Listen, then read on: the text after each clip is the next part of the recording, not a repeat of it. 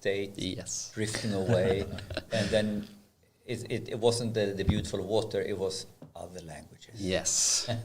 Wasn't so much the 40-degree water, the blueness. But that maybe clarified your mind to pick this up. Yeah. More strong. Indeed. And the Blue Lagoon, is it like there is one place in Gotland as well here in Sweden called Blue Lagoon. Is it? That is very blue as well. All right. Yeah. But this one is blue as well. It's the water that is blue. I think it's sulfur that makes the water, gives it the like blue tint of the water, and it's 40 degrees, and all of a sudden there was this huge rainbow. So it was really nice. Yeah. The sand, the bottom is actually black. In Gotland? In Blue Lagoon. In Gotland, you mean? No, in Iceland. In Iceland? Reykjavik. Right, because of the volcanic Yeah, rock. exactly. So if you pick it up, it's black, but you will not be able to see it until you raise it throughout. Super amazing. Have you been there? Yes. And I concur on the food. I want to go now. Yeah. I feel like a reunion kind of thing in Iceland for AI After Work podcast. Yeah. I have a client in Iceland. Yeah. And a friend, I should say. And we've been planning to go mountain biking, yada, yada, yada, and then, to come to have business sessions. And then COVID hit and all this. But now I really have that on my bucket list. Yeah. The time is right. Yeah, I think so. So you were there in Iceland to actually cover the election, and do we still have the Swedish ambassador there? Not anymore. He's in South Africa. All right. Yes. Oh yeah. So we don't have any. We do have a new one. He's not that sort of a big profile, though. Okay. Who can be in regards to you? What do you think about him? Yeah. No, he's not there anymore. He made an impression though, because a lot of politicians that you meet, they mention him. Like, really? So they tended to be quite fond of him. It was sad that he was going away. Fun of him in a good way or a bad way? In a good way, I think. Okay. Yeah, that was the general feeling that I got from the people there. But he's not there anymore. He did his thing, and then he went on to South Africa. Yeah. So what's your feeling about Iceland in general? Is it the place you like, or what's the pros and cons you would say about Iceland? Oh, only pros. I was only there for a week, right? They don't have any trees there. They don't have any trees. That's the con. That's a con. That is a con, actually. Actually, in autumn, I think it's a big pro.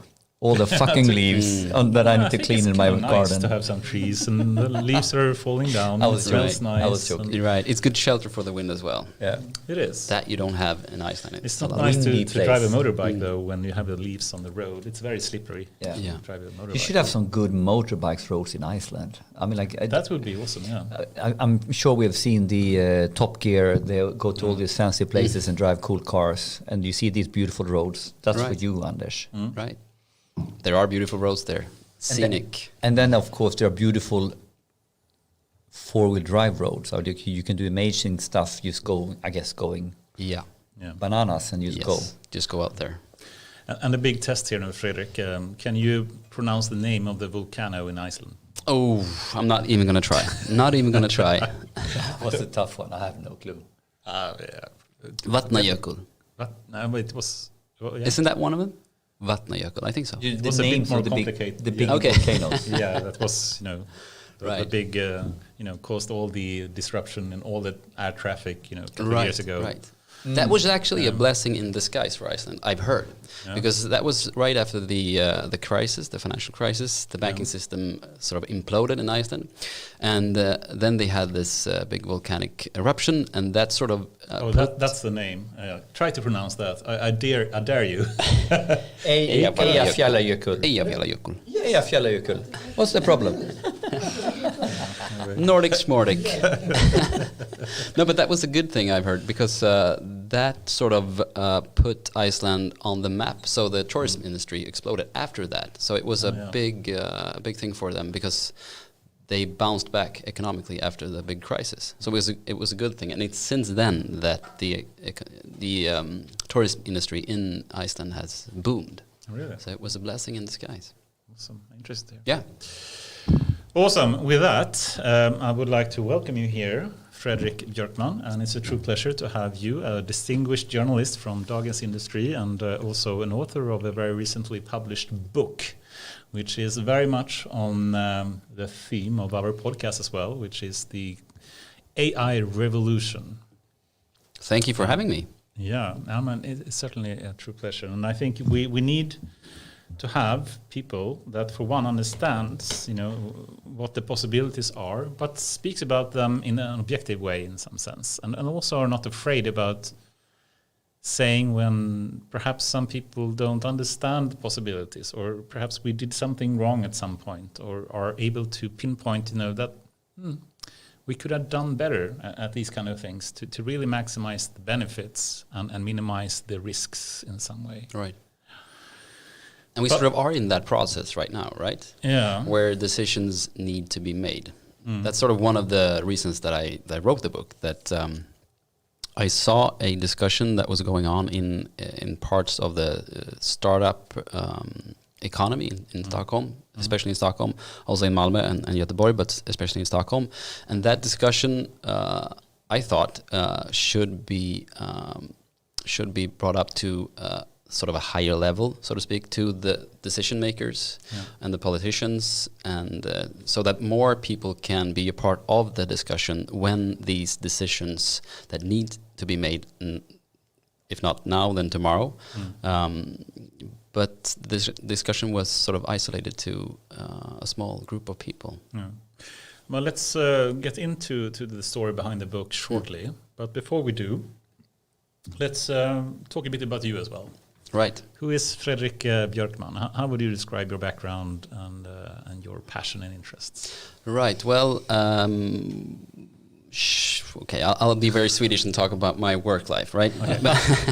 But I used to work I started my career as a journalist at Sveriges Radio, Swedish public radio. And what year was that, approximately? 2013, I think. 13. So I'm still fresh out of school. And that was when I moved to Gävle, because that was the first work opening that I got. I'm born and raised in Stockholm. Yeah. So my thought was, I cannot be a journalist. I cannot live in Stockholm and be a part of the sort of journalist group that is hanging around here and doesn't see anything of like Sweden. And Gävle, of course, it's not far from Stockholm, right? But it's something else. So I wanted to try that, and I started working with radio there. I hosted an afternoon show. It was 4 hours of live radio. A lot of music, which is good because you needed some pauses. And then I went on, worked at Sveriges Radio in Stockholm. I moved home again after 2 years, mainly working with looking into how new digital innovation affects both society, but especially the culture in Sweden, like the museums and that sort of thing, the arts. And then I went to P3 because I was still young back then. I think you're still young. P3 is the coolest channel. Yes, right? it is. At least it used to be. But and then I went to Dagens Industry. That's sort of that story. But I come from Stockholm, born and raised in the south of Stockholm. Yeah. Did you study journalism? Sorry. Yes, I did. That's actually a funny story. I started out studying law. And I studied at law school for 2.5 years, sort of midway. So I thought, I cannot do this. I mean, it's interesting. It was very, very, very interesting to study, but I don't know, to work with it though, to do that as a profession, no, that wasn't for me. So I just went to. We talked about motorbiking in Iceland. I went motorbiking in Southeast Asia, in Vietnam, and that's when I sort of found out I have to be a journalist. Sort of a Tintin thing. Travel the world. Hergé. Yeah. Tintin.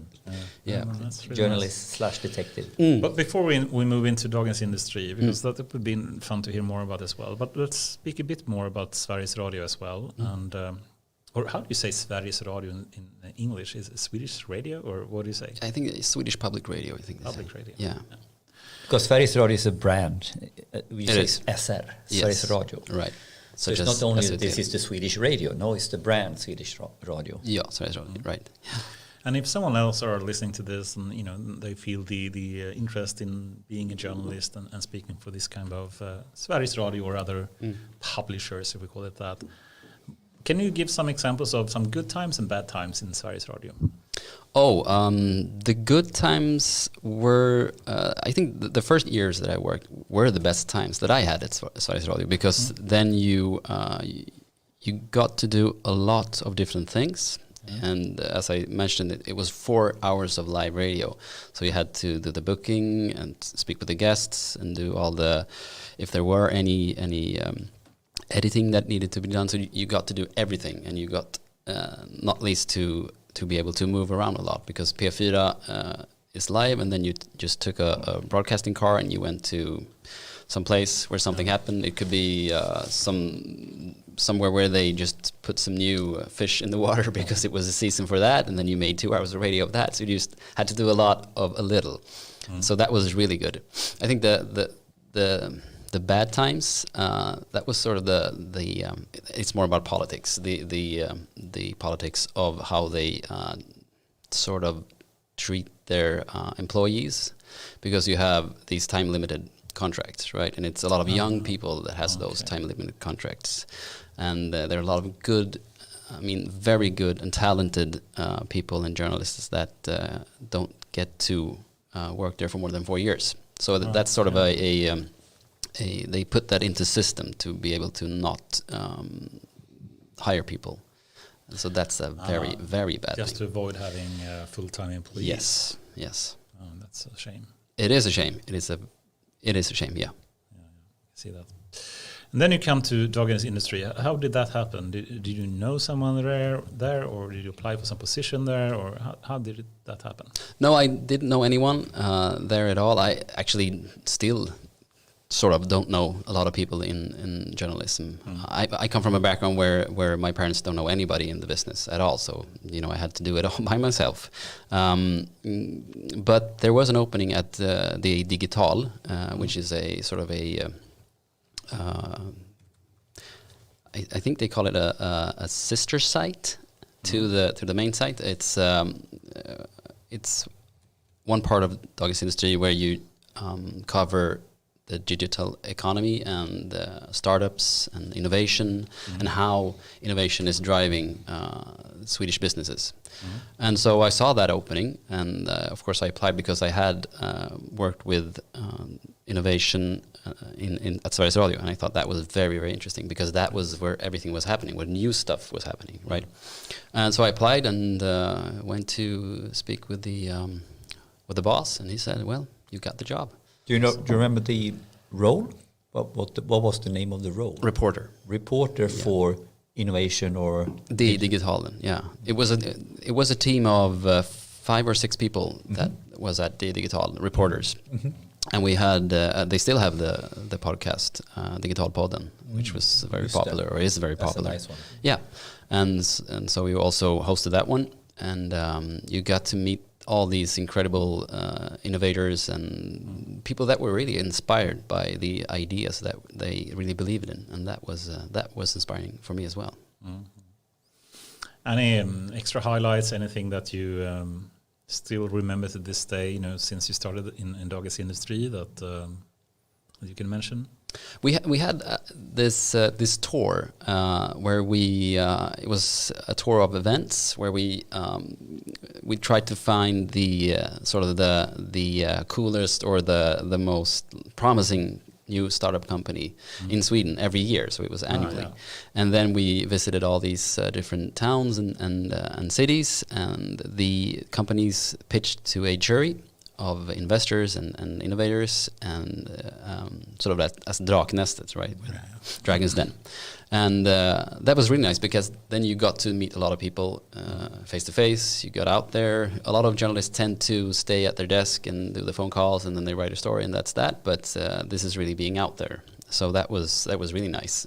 And also it was a stage performance, sort of, where we were 2 hosts. So that was really fun to be able to speak to people live at the stage, and that was really nice. Yeah. So events, cool. I guess that's the thing where you miss the events, right? Yes. Yeah, but now Corona is, letting up a bit. Restriction. Hopefully. Yeah, I hope so. Awesome. Should we move, perhaps, before we move into the book, etc., but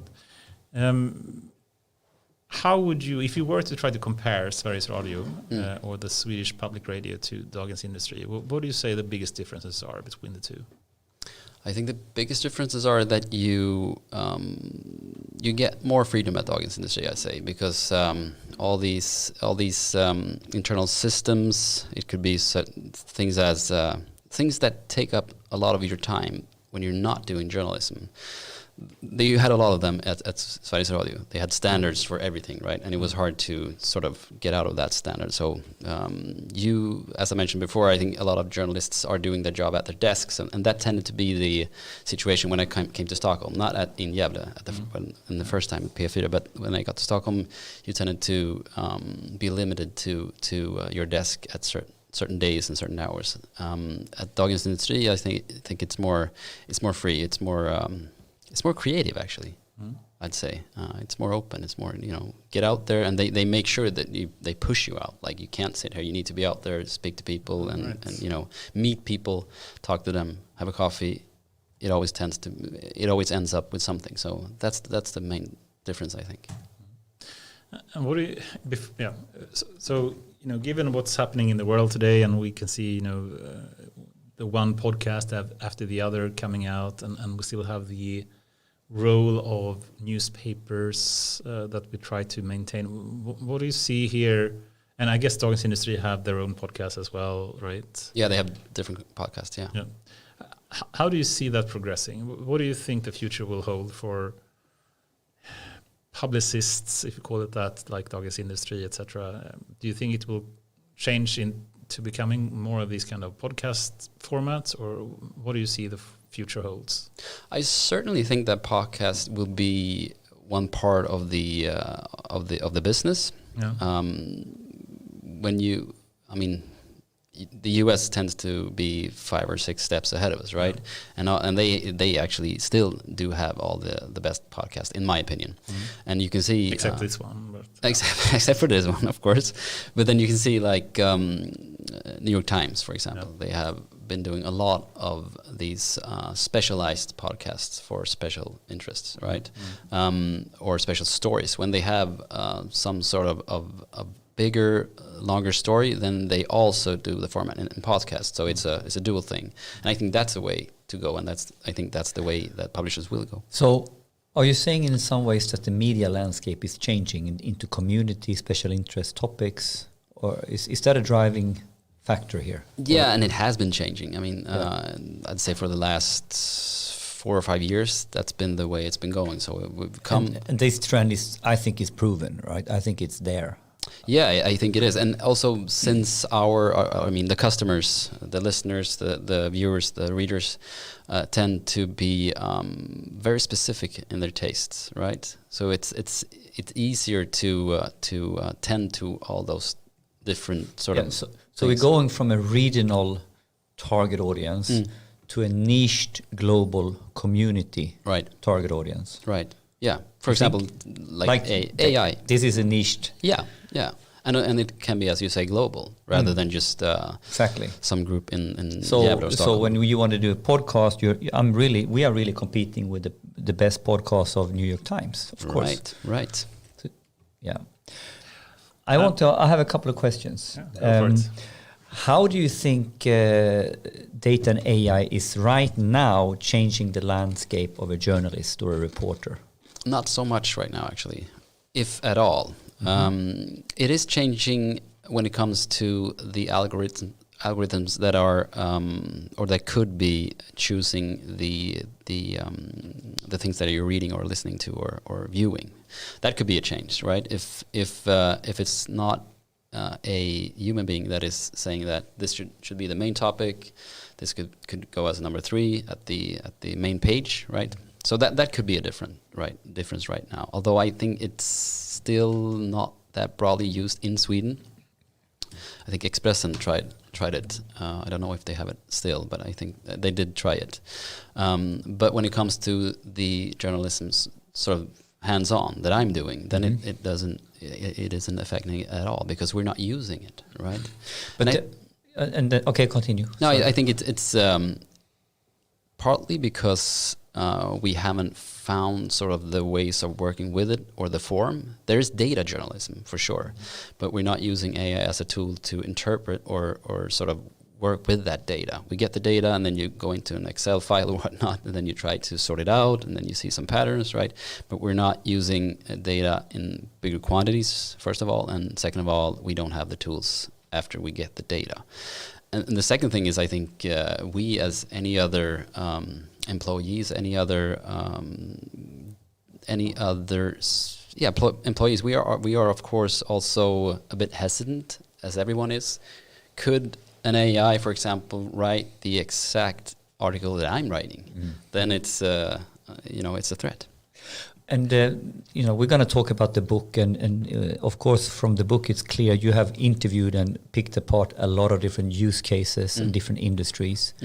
So, with extrapolating and all that experiences in inspiration, how would you understand how to utilize data and AI, or how that could change the workflow of the journalist in, let's say 5 to 10 years? I mean, like, we are not there now, we're not doing it now, but if you use what you know now, right, where do you see the main use cases in journalism?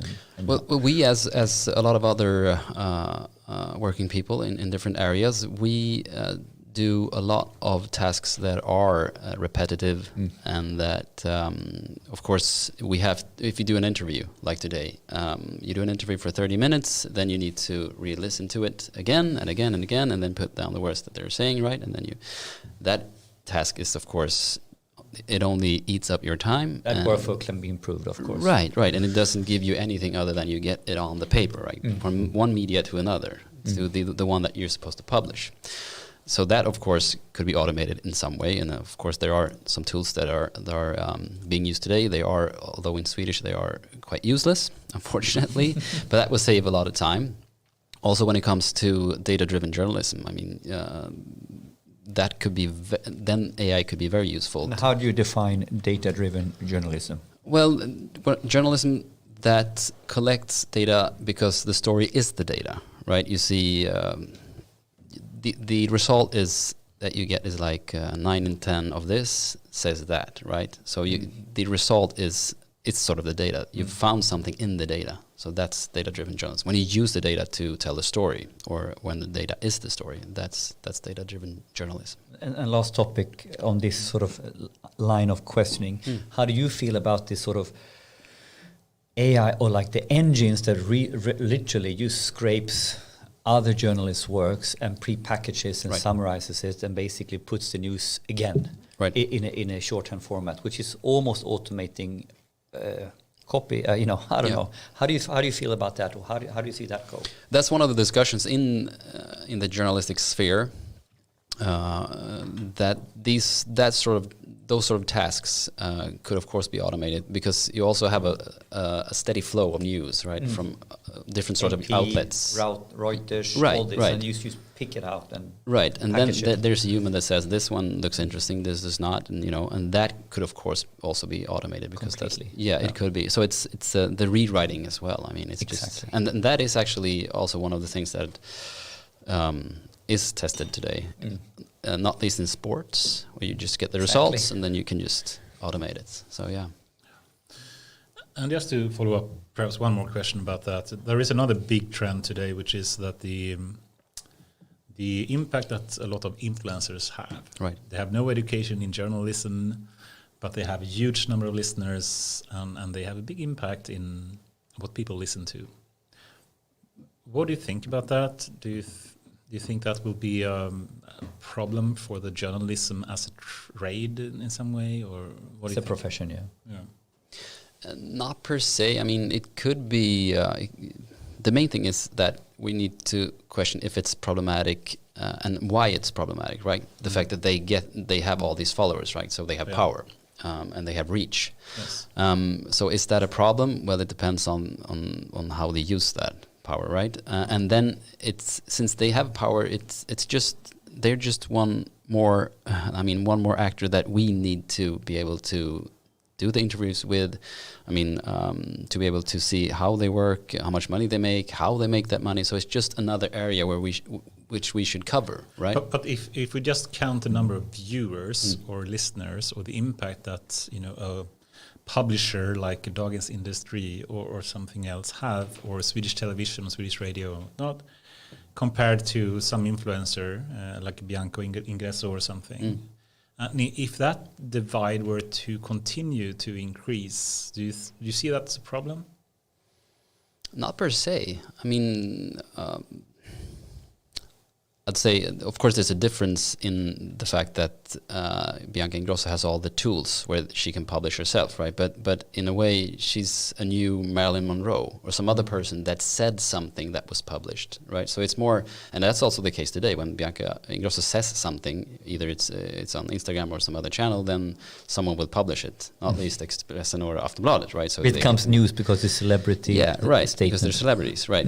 But the main difference now is the fact that they can publish themselves. They can choose what they want to say and how they want to say it, and to whom they want to say it. So that's a big difference. But I wouldn't say that it's not competing directly with the media outlets.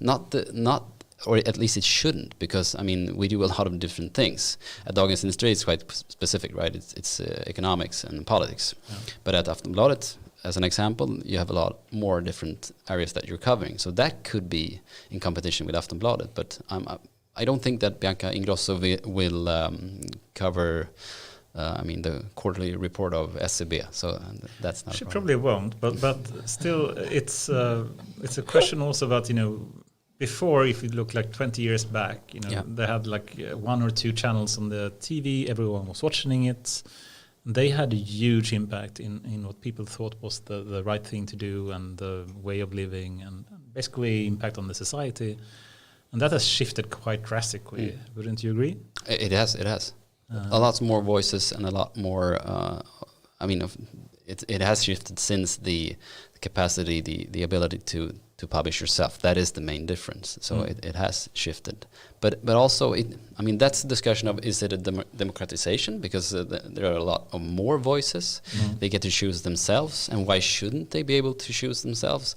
But that it all comes down to the responsibility in the end, right? What are they saying? To whom are they saying it? And what are they selling, of course? Because that's a huge...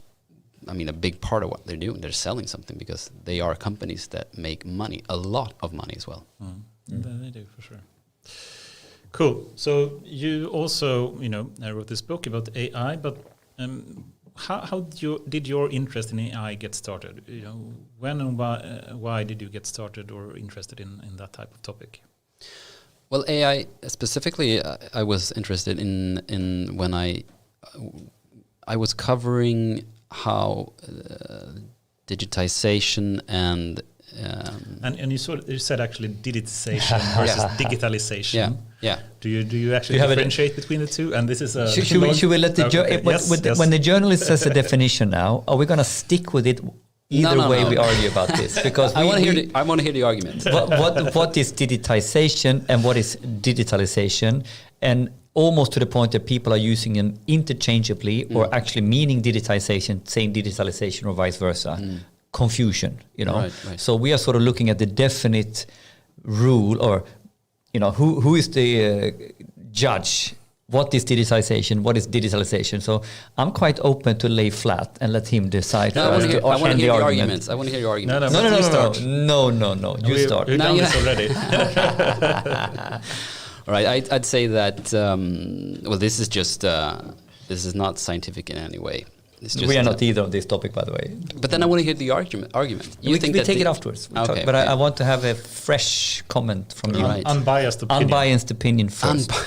Right. Or your personal subjective opinion, but it's yours without our voices. Right. I don't think I have an opinion, actually. I think I'm one of those that use it interchangeably.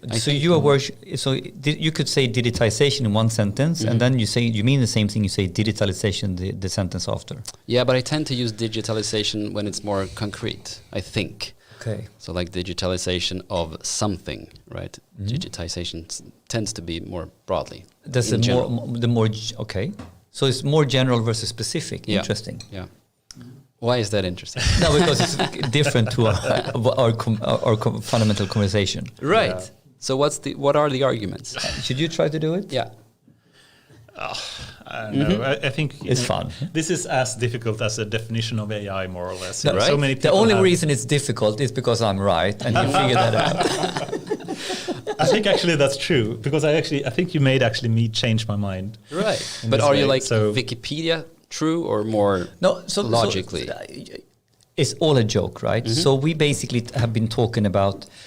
Let me use another word to explain the difference, right? So if you have an analog process and you sort of convert that analog process into something digital, the argument then this is, let's say, computerization. Okay, Right. And the way I have understand that is that's the word digitization. Right. So my understanding of the topic was this is an analog process. Okay, it was on paper. Now you're writing an email. Have you really changed the fundamental?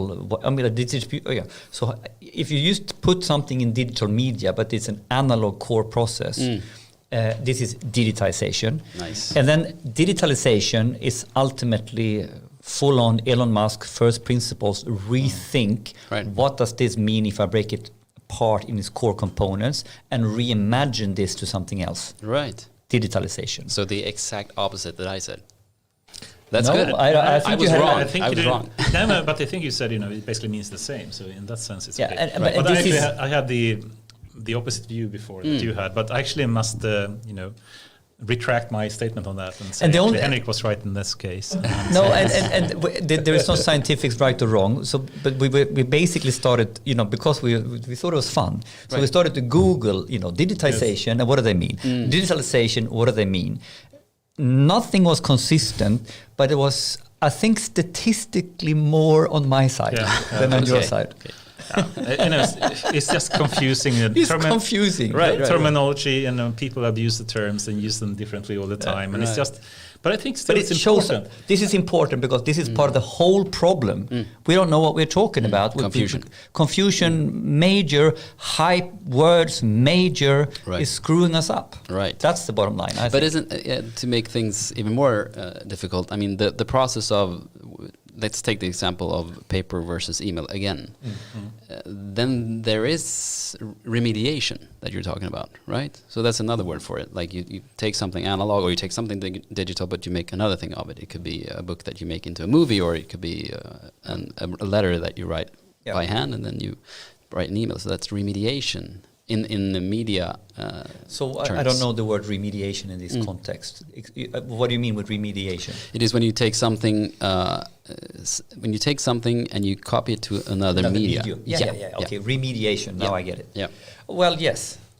and that is in that there is a process of Digitization, I would All argue. right. I would argue There we go. digitization. Okay, digitization. So I have a book and put it in PDF. That's a digitized version of the book. Yes, you remediate. If I take a book and I make that into a gamification experience where I completely get immersed, so I actually use another way of consuming the knowledge. Then in PDF I still read the pages, right? Right. But if you rethink, what's the experience I can get out of this text? Right. I mean, like even if you do your book in sound, it's remediation, right? Right. Yeah. But you have these games, right? Like you can get like, this is early 80s, 90s, the first sort of games, or like you could click it and all that.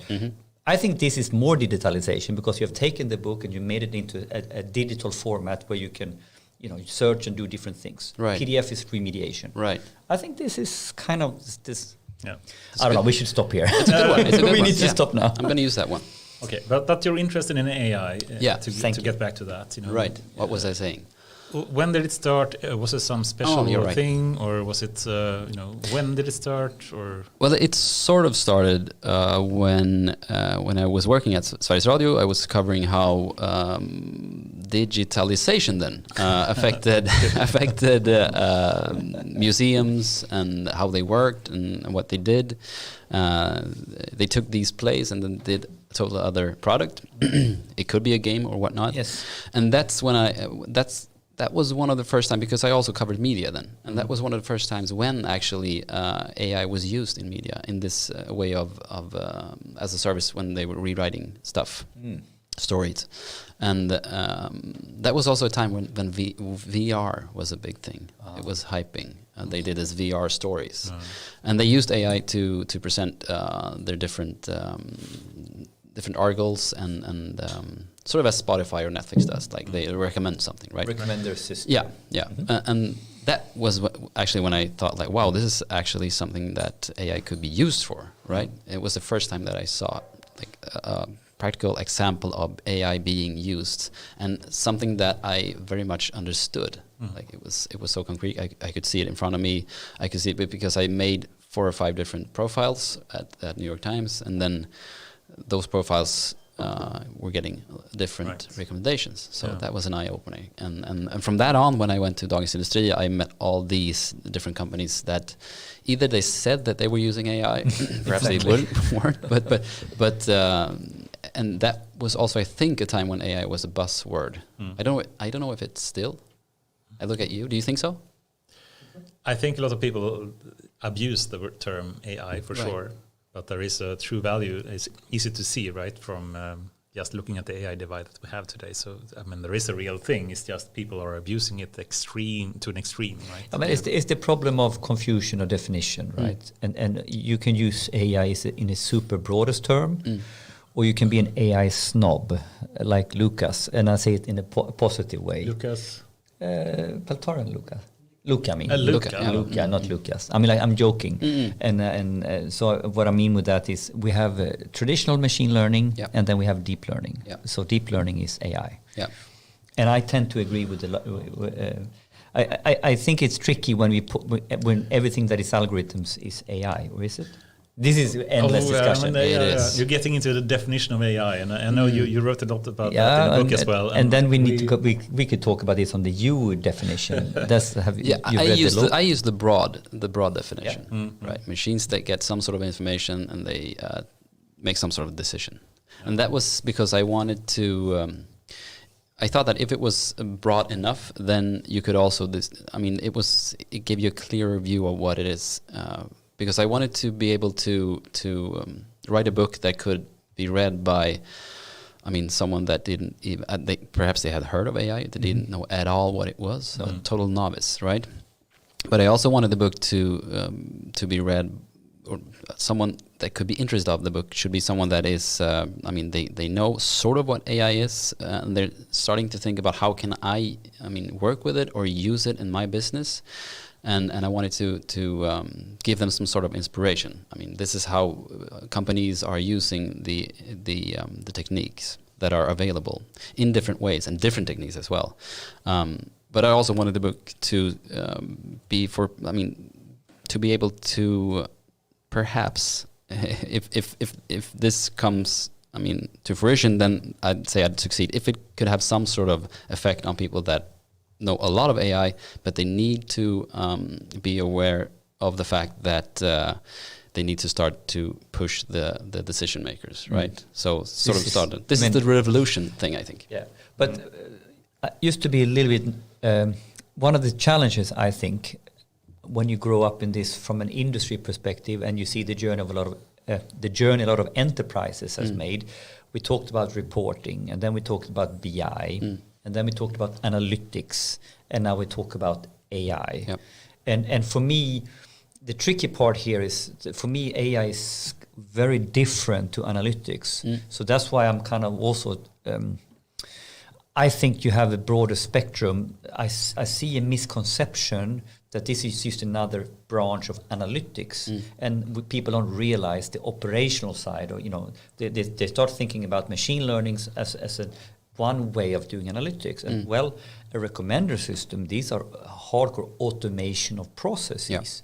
So please don't stick it in the insights box only. Right. So for me then, this is this confusion is massive, I think, and it depends a little bit like which context, which conference you're in. Right. So maybe this is better to have a broad AI definition.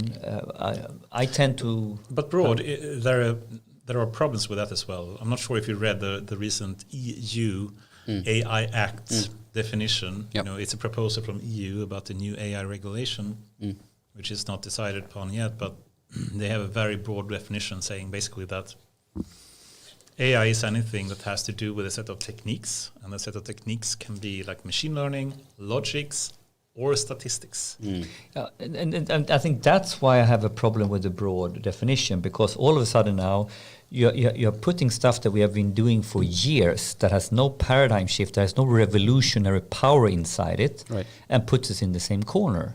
So for me, this is then, talking about, is this a true paradigm shift? Is this a true transformation of the society? I think the scary point is that people then think, we can just keep doing what we're doing and put a little bit of analytics on top of our analog processes and we're fine.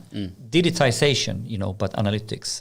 Right. I think there are two sides of that coin, because one side is we need to include more people into this discussion. Good. And when it comes to that, then I think it's a good thing that we have a broad definition, because then more people can understand what it is, or at least more people don't feel threatened by it, because they tend to understand in some way what it is. If we use too small of a definition, then I think there's a risk that a lot of people are feeling, or they will be feeling isolated, or shut out of the discussion, because they don't understand what it is, and they don't think that they can be able to get that knowledge as well, because it is, hands-on AI is a very technocratic thing. Yeah. So there are pros and cons to I'm that. biting my tongue now because I don't completely agree. All right. Because I think it's not so much about if this is a broad definition or a narrow definition. I think the problem is when you do a too technical definition. So if I go hardcore down and say deep learning, and it needs to be a certain style of neural network to qualify, then you're going down the technical definition. But could you do a sharp definition? I'm not saying if it's broad or... the problem is when everything is AI, nothing is AI. Right.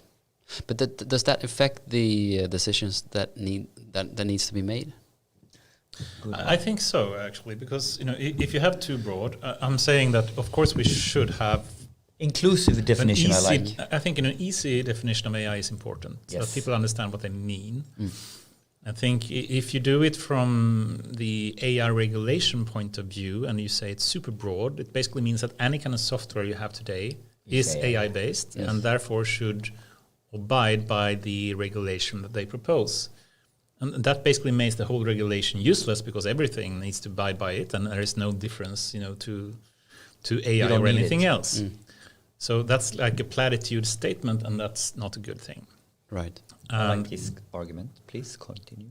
And then the other drawback is if you make too narrow kind of definition of AI, it also means that basically you can say that we don't have any AI at all today, and that means that no regulation should be applied to anything. Yeah. So there is simply a balance between the two, and finding that kind of optimal balance between the two extremes, that's the hard problem. That's the whole thing that we need to think about. Indeed. But Fredrik, you said something, because this is definition that is suitable to regulate. But I think you are coming in from a much more important perspective, definition that can be inclusive for society. Right. I think this is, so how can we make sure that more people get an understanding and want to be part of the journey? Right. So I think if you can argue that that's the most important definition, and the regulation will follow. I don't know, but I can sense that you're going for an inclusive view of, so you can have more people get part of the conversation. I am, because I think this is first of all, it's a very important discussion to have, because the fact that these techniques will be more broadly used. And there are certain companies that are able to use them, and people are already being affected by them. But second of all, also I think that it's very human to feel that if you don't understand something, it's easier to just not. Exactly, engage. Not engage at all, and just don't read about it and just go on as business as usual, right? But with this technique, it's not about either you're gonna have Blu-ray or HD DVD. It's either you're gonna have electricity or not, right? On this level, and that's why I'm going for this sort of democratic thing with a broader definition, because I want more people to be involved. I want them to take the first step, at least, into this world and be able to, gain more interest in it. Because that's the thing. If they just take one step into it and they don't feel threatened by it, then at least we have a bigger chance of involving more people, I think. So you made a shot at a definition in the book. Yes. And that is the broadest, I think the broadest possible. Information coming into a machine making some sort of decision. Mm-hmm. In short. I kind of like that definition, by the way. So we're arguing in circles here because I actually kind of like it. Right. And it's the decision making that I think is that's where the confusion or where the discussion is made about the definition, right? The fact that the machines are making some sort of decision. But I think this is actually, this simple definition that you made separates AI from analytics, because analytics sometimes why? I don't. Let me follow through. You stop me halfway through. So if I'm a little bit rude, a lot of the BI comes from reports to put and present information in front of people and make predictions. Now, still, I see very little prescription in the analytics and BI area. And I think when you're going for the decision, you're recommending something as well. There is a decision being made. Rather, if I look from descriptive reporting to predictive analytics, that's an insight put on the table, but you still need to make a decision out of it. And what I see, enterprise, yes, we have now done a prediction, but we are still, the decision is still left with the human. Right. So I think this is like if you take that ladder. Yeah, sorry. What do you mean that AI can't be AI unless they make the decision themselves without a human? I would say that's really strange. You may be right. Maybe I came in wrong, because why I liked the decision making part of the definition is because I think it separates it from insights and analytics, in that you then have the human to make decisions. For me, this can be an endless discussion. Yeah. We can have an hour about this, but in short, I think the best use of AI, if we speak about that in differently, is when we use AI together with humans, because AI is good as one thing and humans are good at another thing. And to truly have the benefit of both, you need to combine them. And that's truly when you can reap the benefits of AI. And yeah, I'm so eager to go into more of this. Yeah, what is AI good at? What is humans good at? And how can we make them combine them the best way? Right. But yeah, let's go. Let's continue. I was just jumping. Do you want to go on the next one? Or I can just, let me just quickly then elaborate on that. So I was saying, you already went in, so I think it's good for you to go all the way in. So. Yeah, okay. Yeah. By the way, he didn't explain himself very good, but it was about the decision making. Yeah, so my core argument... You went a little bit in the rabbit hole with a human there, but... but the core argument was a little bit like, okay, we have an analytical model. Do we need to have some sort of decision model in here to start calling it AI? I think that's the distinction I'm making. Yep. That even when you do when you is a graph a decision maker? No, I think it can be. You need to interpret it, right? So if you put a graph with a line and you say this is good, this is bad, then you're having decisions in it. But just putting a graph on is not a decision. I think it can be. How? I want to hear this. How can it be? Because I mean, there's I think was it like 4 or 5 years ago when nudging, it's a Nobel Prize week, so it's a good it's a good hook to it. But I mean, could a graph be nudging in a way that you cannot make any other predictions than what you're seeing? I mean, if you see something going some way, then you're going to make that decision, right? You're nudged to it. Is that what you mean, or? It is, because you make a decision, and to make a decision, if it's a human or an AI, it doesn't matter. But to make a decision, you want to gather information in some way, and you base your decision based on that information that you do have. Right.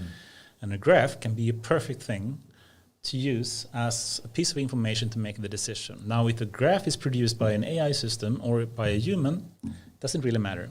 But it's a piece of information that is very, very commonly used to make a decision. Right. Right? So a graph can, by itself, be a way of making decisions. Right.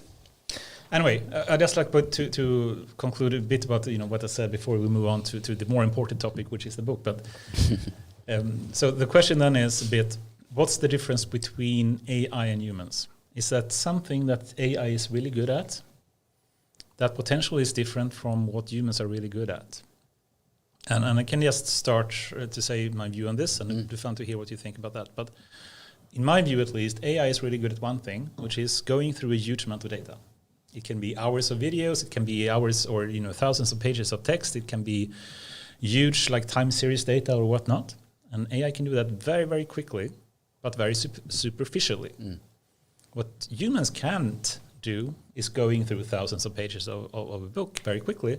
But what it can do is look through a very short or a very small amount of data, but they can analyze that in a very deep way, which AI can't do.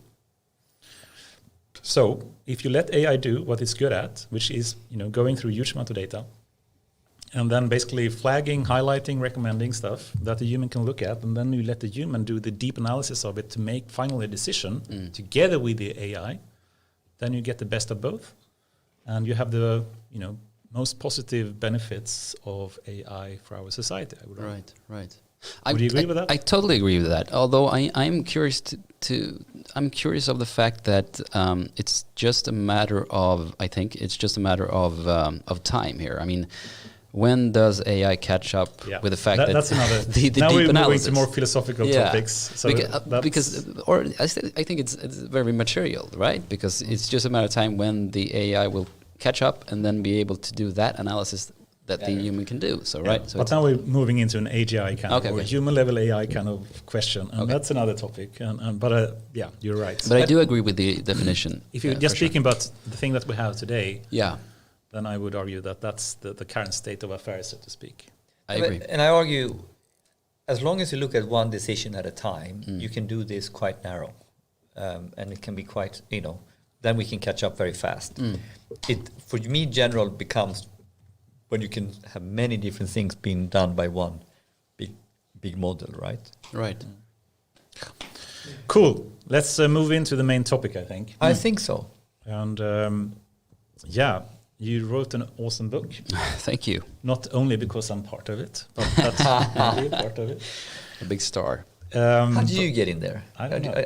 Can we start there? You just as a curiosa. Right.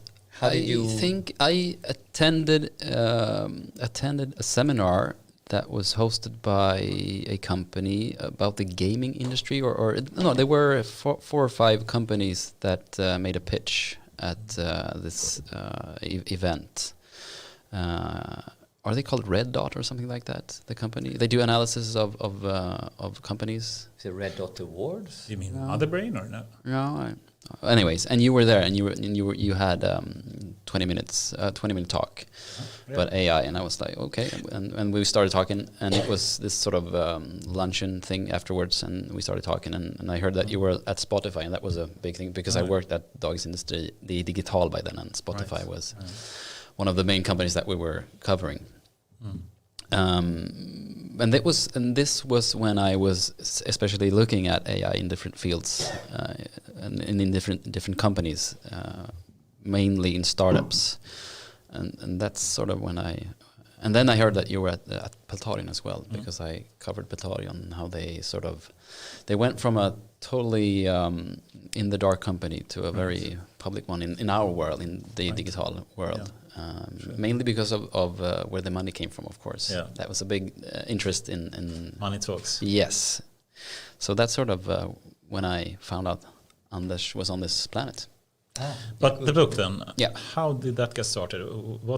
Can you just go through a bit? Because I think a lot of people are interested in writing a book, but it's really, really hard to get started, and you need some cash to get started and whatnot. Can you just speak about, the initial thinking and how you get started with that? Yeah, I was I saw that there was a grant from Affärsvärlden, the business magazine. They had been, or their fund had been funding a lot of different projects through the years.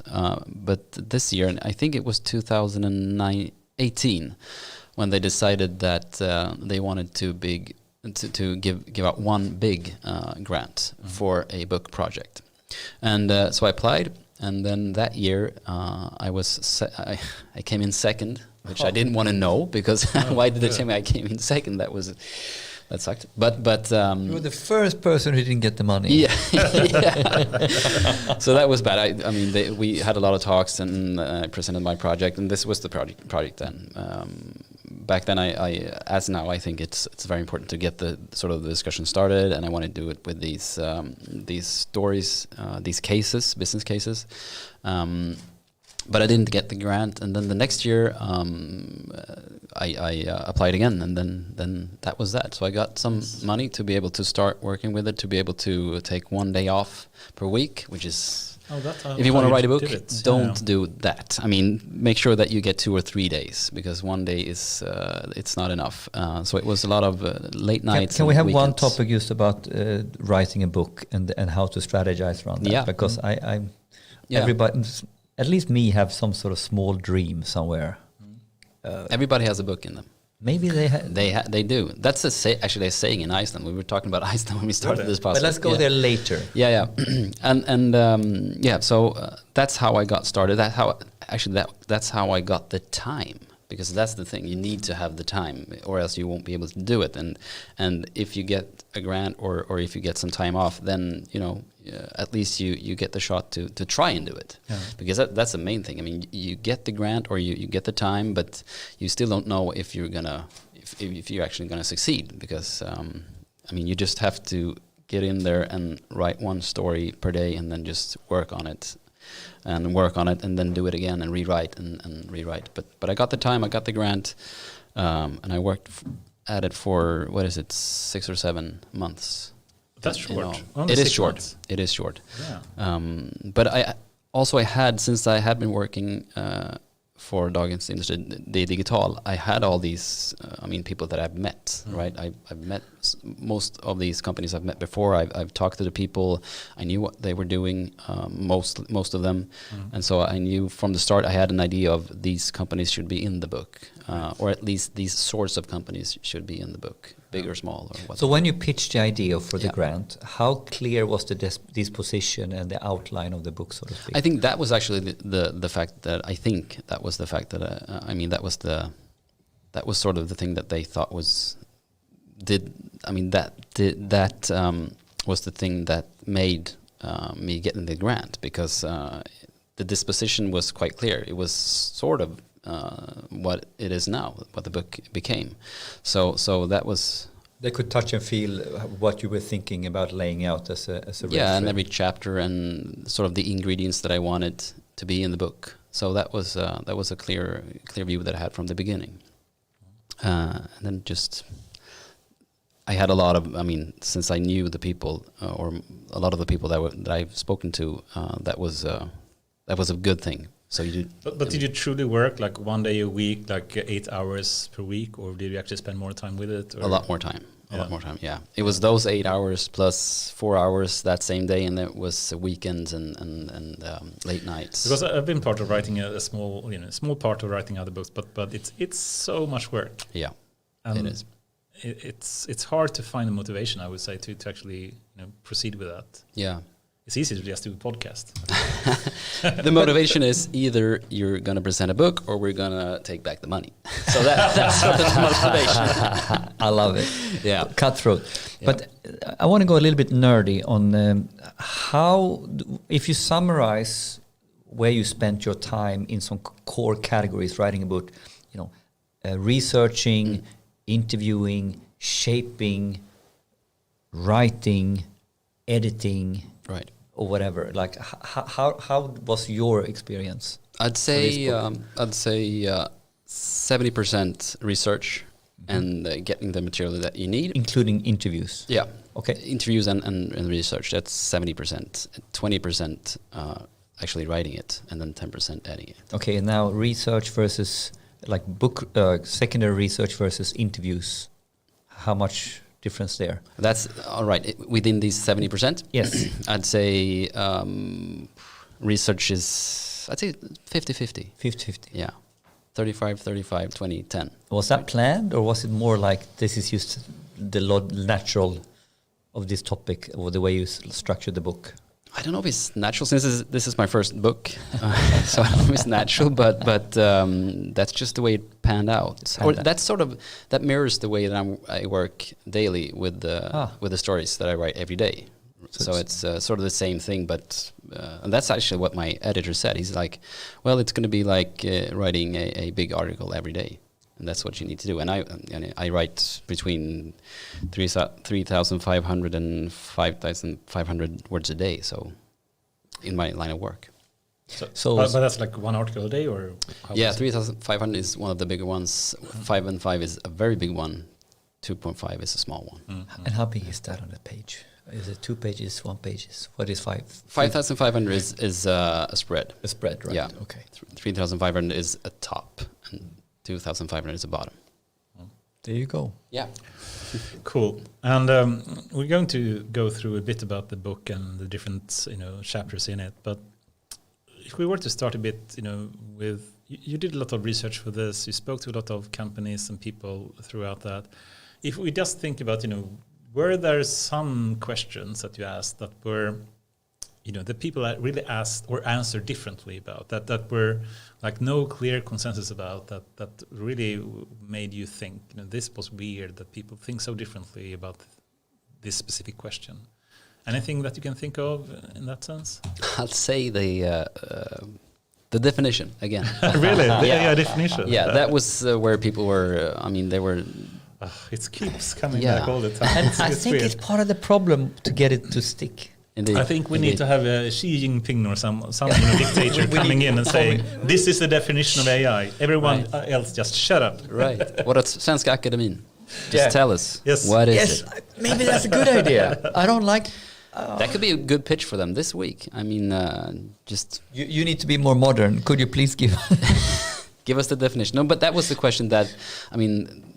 the answers were very, very divergent, depending on who you spoke to, and it could also depend on at what hour of the day that we were speaking with that person, because they could change. So, yeah, I'd say that one. But could you consolidate that into a general? You consolidate it down to a decision to make a quite general definition. Yes. My definition is sort of a.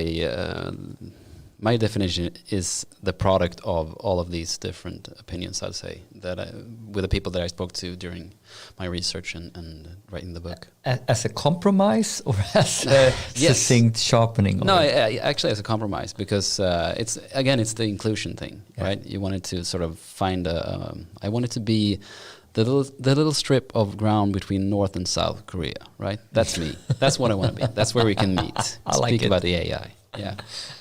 But that's I'd say the definition, right? And we need to have a discussion about that as well. Not us, because we're obviously having that one, but in a broader sense. Yeah, I think so too. Yeah. Anything else that you can mention in something that were a question that really made people passionate, or made them? I'd say extra interested? The lack of interest from the politicians, I'd say. That's something that got people fired up.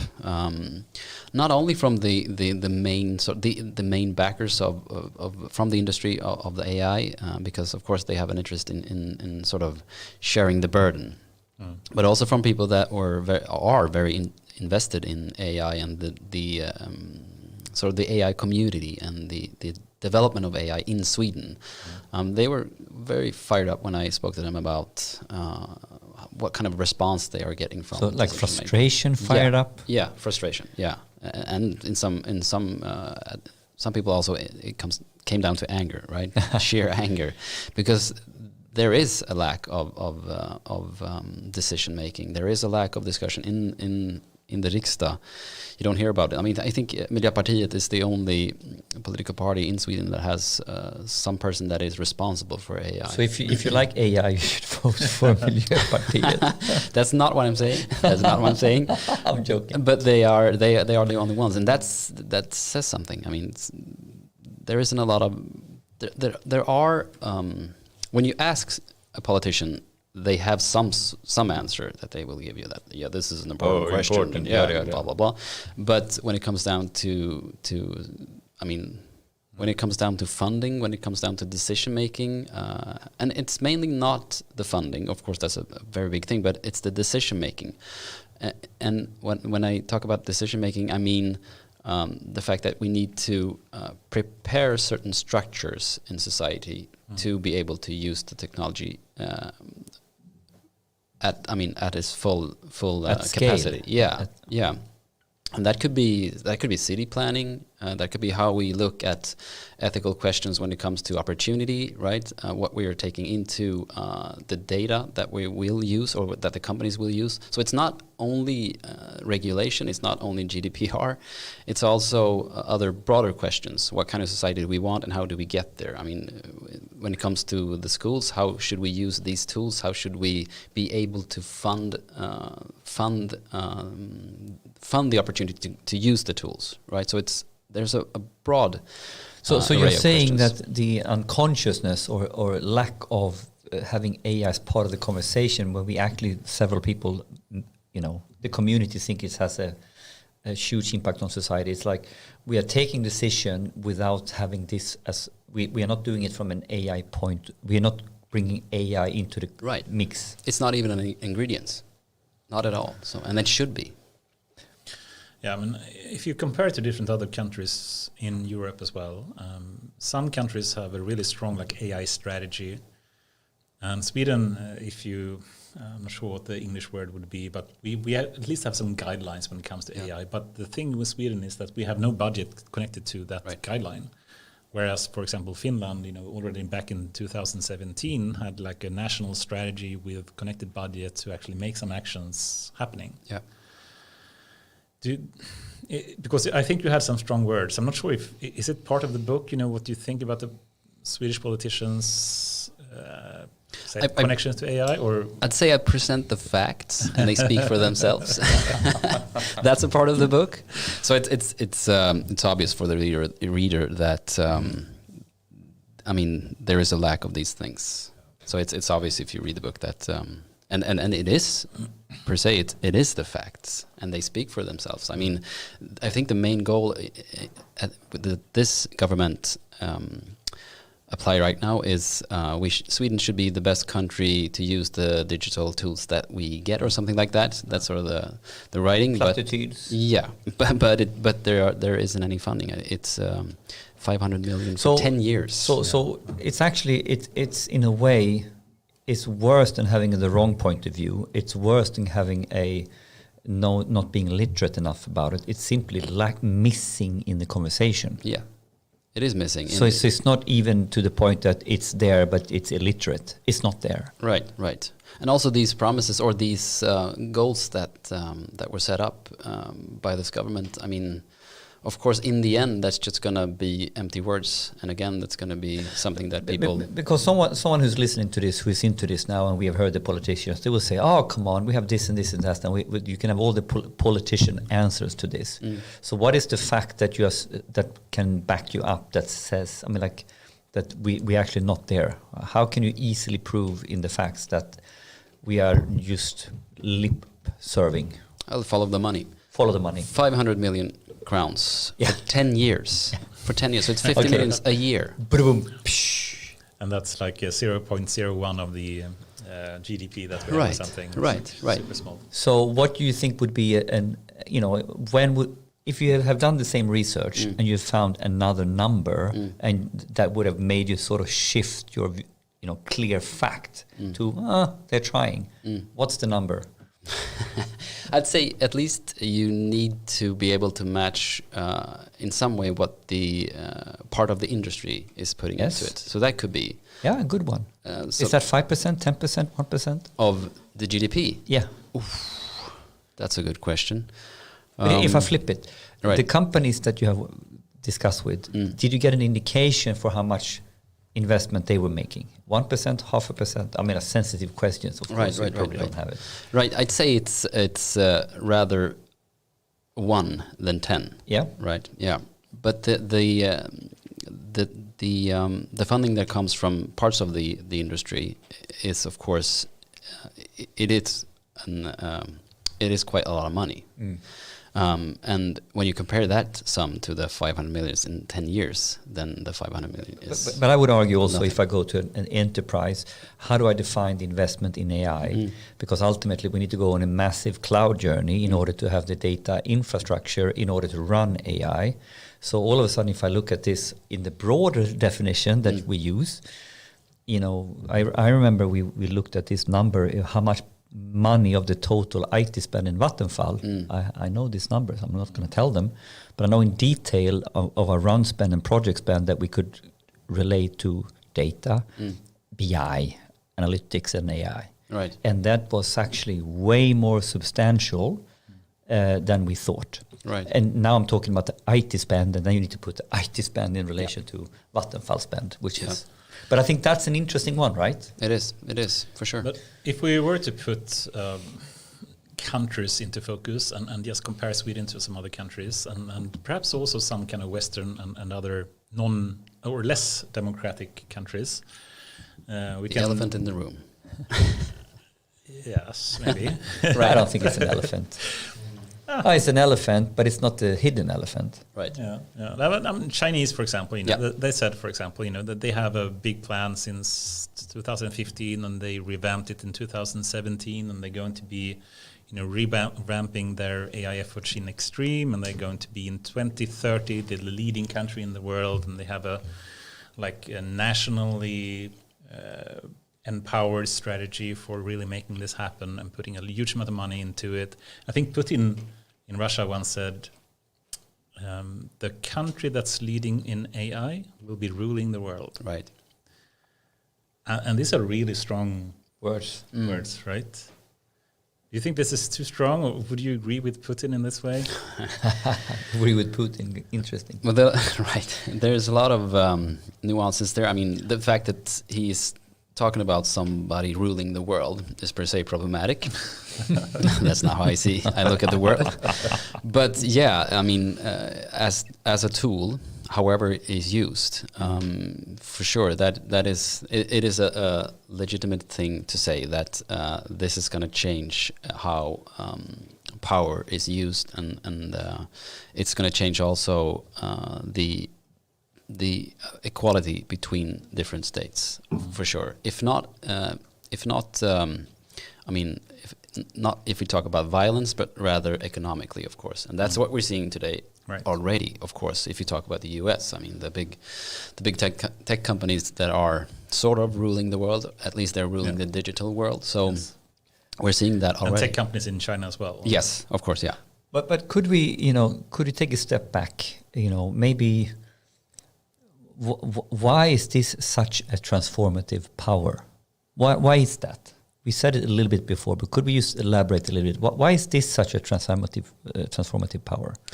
Well, it's one thing is it's the efficiency, right? You can make so many things more efficient, right? And that's when it comes to businesses. I mean, that's the thing that they're working on every day. That's capitalism, right? You need to do what you're doing more efficiently. Every day, every hour, every second. So that's one thing. But also, I mean, the capacity and the capacity that you can sort of shift away from these repetitive things that you need to do. If you're at a workplace, then you perhaps don't need 5 people anymore to do one thing. You need one person that sort of looks at the system, and that's all right. So these 4 other people can do other things. So you can use your resources better, right? So those are 2 things. And I think those 2 things, coupled with what you said before, that this is general tech.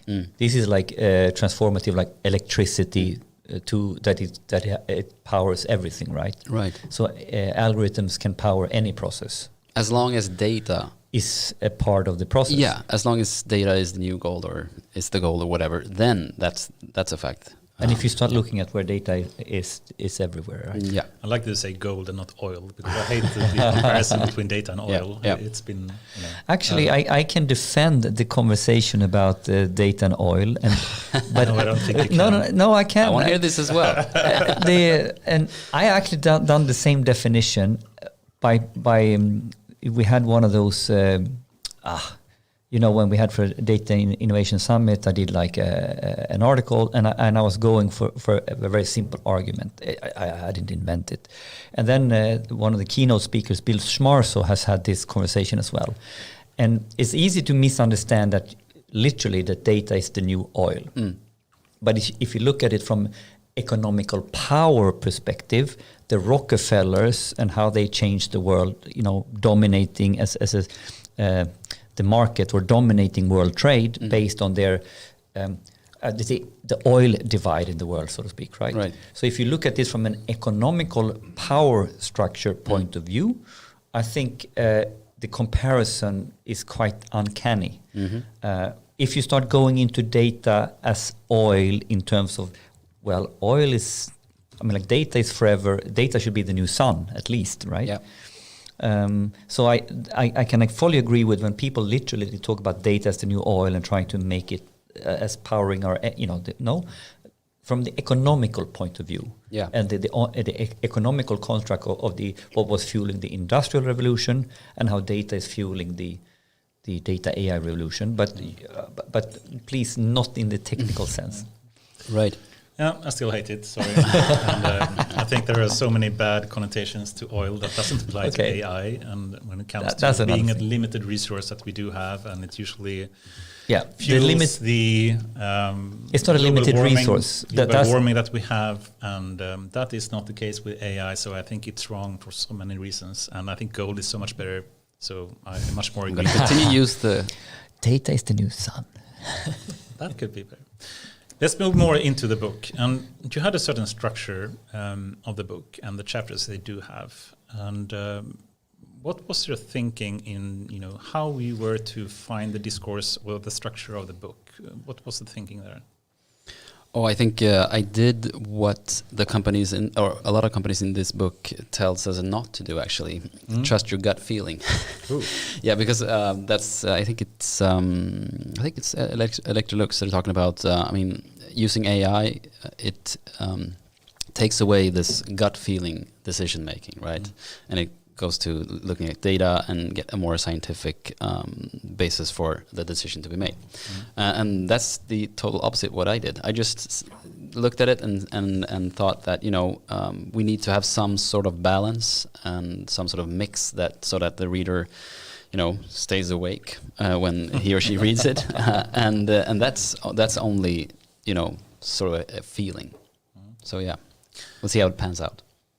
Cool. And then basically the chapters, you have a number of companies that you speak to, and they become different chapters, and it's mixed in with also more like descriptive topics, like what is AI, etc. So how did you come to that? Was that just because it was practical to do it, or do you have some kind of thought behind it that it actually makes people more interested in continue reading it in some way? Or that's one thing, yeah, for sure. I wanted the mix to to keep the reader in sort of in the book, but also it's the public service thing in me. After Sveriges Radio, you need to have. You need to be able to provide sort of a some level of understanding when you go to the next story, right? So I think I tried to get these sort of in between sections to be able to.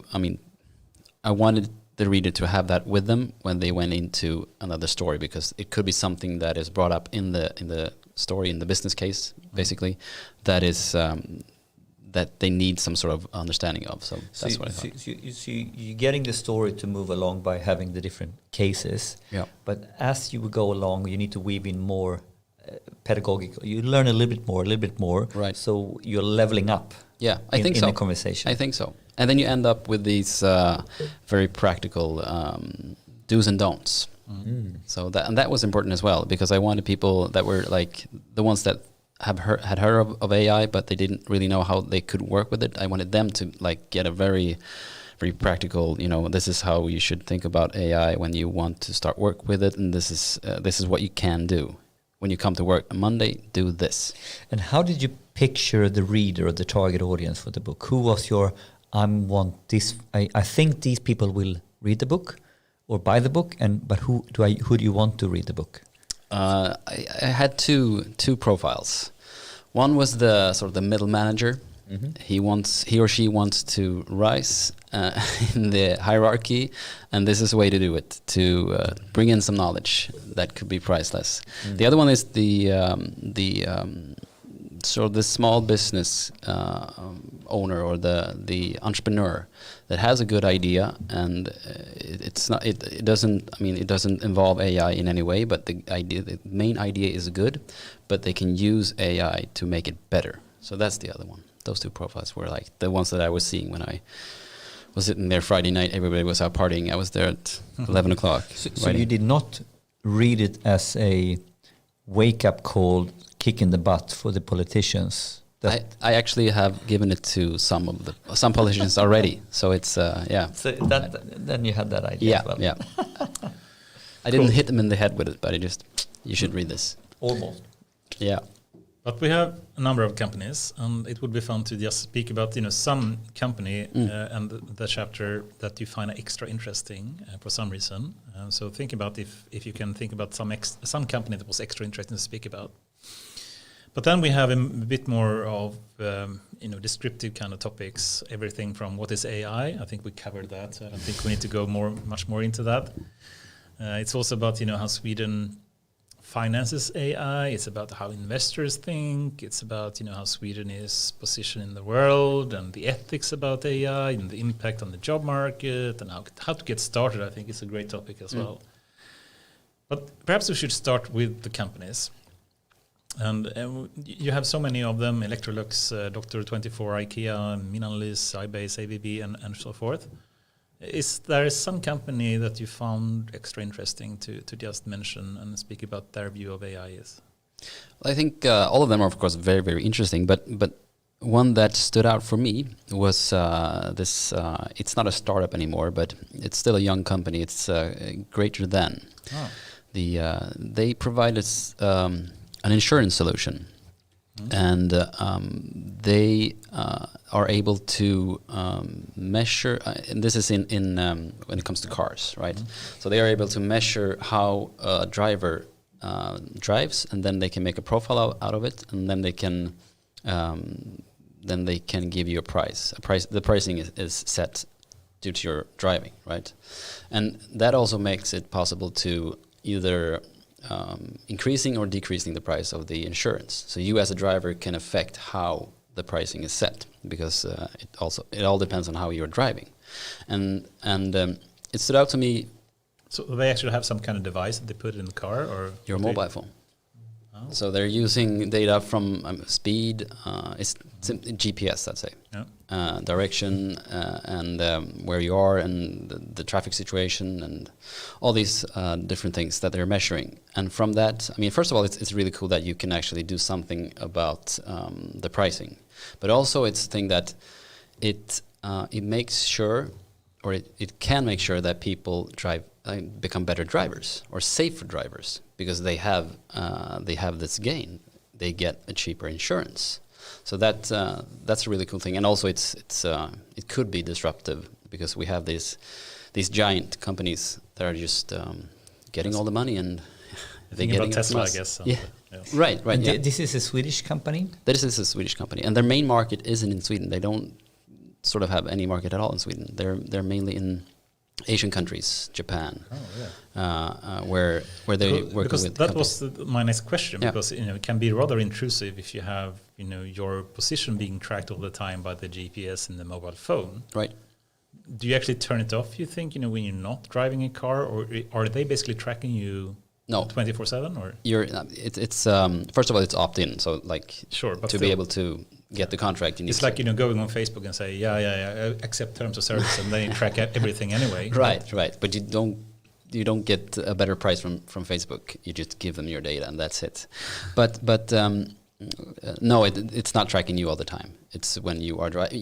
They are tracking you for a limited amount of time. How do you know when they're driving or not? Because it's when you're starting up a profile, they're tracking you for a limited amount of time when you're driving, and then you get that profile. You push a button saying I'm driving right now.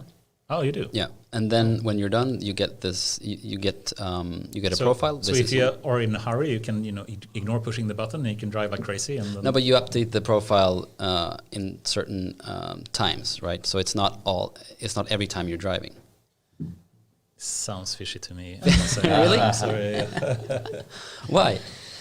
Let's not go into details. For one, you can choose when you want them to track you, and of Right. course you drive, in a safe way when you know they're listening or tracking you. And then if you choose shit, I have I need to really hurry up going there, and you drive like crazy, then of course you choose not to let them track you. Right.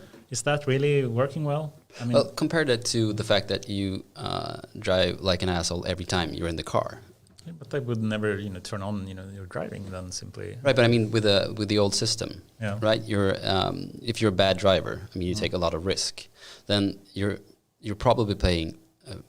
You're not paying enough, right? And that difference in what you pay. I mean, as a great driver, no question about that. Right. I think the idea about having data-driven insurance is awesome, and I think that's something that we should have more of.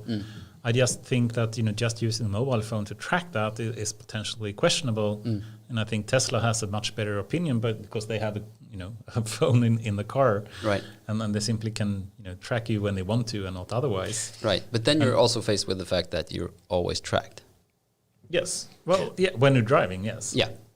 I'm biting. But not otherwise. I'm biting my tongue now because friends that I work together with in the same company consortium, it's an Italian company, and in Italy you have a telematic device in every single car by law. So what we are talking about here, my friends have built these systems and they are in production in the biggest insurance companies in Italy for several years. They have been doing both the mobile phone, but the real one that they have is the telematic device. But they take it one step further because they also have crash data. So they can even look, they have data, and this is because of the device in the car, right? So here you have a different law that you need to have this telematic device, and therefore you have a lot of information in that device. So it's also interesting how a different law has opened up a different opportunity. No question about that greater than is an awesome idea and the business model is great. It's just a question of how do you track the data properly without being too intrusive, right? That's the only question. Yeah. But why was this interesting to you, or why do you find this an interesting case? Well, first of all, because the solution is quite interesting because I didn't know that it was doable. Doable, right? So that's first of all, and also they are trying to disrupt something. And they are small, and they're heading out to get these giants, right? That's one of their targets. And I should say that their main business is not insurance anymore. It's car sharing, right? You go and you rent a car as a subscription, right? And like, I need a car for this weekend, so I go out and I can rent a Volvo or whatnot. And that, of course, sort of is a solution to this problem, because then you're only tracked when you're using the service. And so, because all these companies, Volvo and the Japanese car makers and the Germans, they need to know if we're going to have another business model. We're not going to be able to sell a car to every customer anymore. We're going to rent our cars. Then they need to know how much is a customer going to cost us. That's perfect. That's circular economy, sustainable development, and Matthias Lindahl would love this if he heard. So that's the main business case for greater than these days. Awesome. Cool. Any other company that you'd like to mention as well? I know that, for example, the Swedish Tax Authority is an impressive company that do a lot of innovative stuff. Or they do. They're somewhat secretive about it, but they could tell me some stuff, and it is fascinating. Of course, we all, in some ways, know that they're watching us, and they're at least watching our tax forms, and they're processing the tax forms. But it was interesting to hear more facts about that, and more how they are thinking about the possibilities of AI in the future. So that's a sort of a big thing in in that chapter. But I would say also ABB is always interesting. Okay. Yeah. In what way? Due to the fact that they are so broad. I mean, they offer solutions in such a wide that was my question. Who in what part of ABB did you talk to? I spoke to one part that are developing. Shipping, right? Mm-hmm. The marine part of ABB, where they want ships to like dock for themselves. I mean, auto driving, but also being able to measure when a device is going to break. Right? They have these electric motors. So predictive maintenance. So they can just track it and see, and then they give the captain, this engine is going to break in this or that amount of hours if you drive it in this way. If you drive it in another way, it's going to break. So they can plan the service. That was very cool. And also solar power. So they use a camera and they film the sky, and they can see when the clouds are sort of coming into the solar power plant, and they can see like, okay, this is going to be a problem because there's going to be a lot of clouds, so we're going to have to reroute the power from some other source. And that was also quite astonishing, I think. Awesome. So all these use case applications with data and AI, and I think another interesting point with the selection of the companies, I think just the selection proves AI fits everywhere. Right. I think that was part of the point of how you selected the use cases, I assume. You wanted to figure out, this is industry, this is banking, this is manufacturing, this is energy. Also, it was important to show that this is a very, very, very small company, and this is a huge company. Exactly. And all the way you can use it. So basically, you're basically then, by proving the spectra where it fits, which is everywhere. Right. As long as you figure it out from your point of view or from your domain. For sure. And I think coming back to Greater Than, the fact that they were sort of sneaky when they started out, because they had this goal where they are right now, right? The product that they wanted to be able to give their customers, but to be able to get there, they had to have sort of a strategy to get the data. So they started out providing a total other different solution. The service what they went to market with first was something else. Yeah, totally. Which was a data acquisition strategy. Yes, exactly. So, and they knew that, this is only going to fund some of the research, but we're going to have to survive for 5 or 6 years. And, to be able to know that and still move on, 5 or 6 years, you had to have some sort of doubt on the way to getting here. So that was quite cool. And that's sort of one of the ways that companies need to think. I mean, a big part of our solution is going to be how will we get the data, because that's the key. It's already like 6:30, and I'd like to at least cover some of the more descriptive kind of chapters, like the financing part, the investors, the positioning in the world, the ethics, etc. But if we could try to do it in a lightning talk way, so saying like 1-2 minutes per thing. Right. So really have to think, how can we really make the core message, and then people that want to know more have to read, buy the book, and they can fix that. And if you were still to just try to give some highlights of, let's start with, how Swedish AI is financed.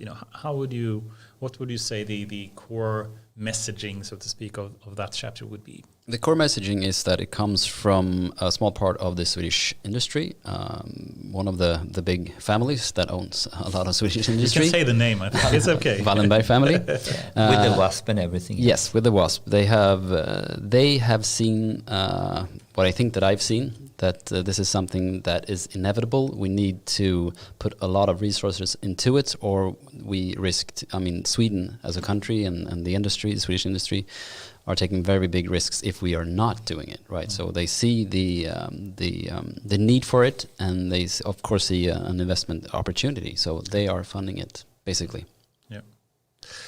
And just to give an example of that, they financed, for example, a big AI cluster in Linköping called Berzelius, which is a superpod of 60 GGX machines of A100 GPUs, or 480 A100 DPUs. It's a big thing. Yeah. I think it's cool. And also they have a spread of the investments. I mean, they're going into companies, but they're also having these projects and doing those kinds of investments that you mentioned. So it's a broad spectrum.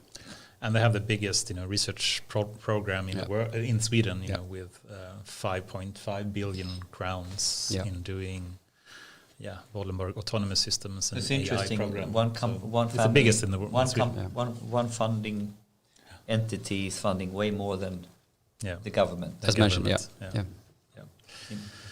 It's interesting to note that this is a bit how the Swedish financing works in a big way. Yeah, and then we can have another discussion what that means, if that's good or bad. But let's do that later. I mean, let's continue with the lightning talk. I mean, do a lot of good as well, but it's also a bit sad that other people are not doing the same type of financing, and especially perhaps from a government point of view. I guess so. Politicians is lagging behind a bit there. Yeah, right?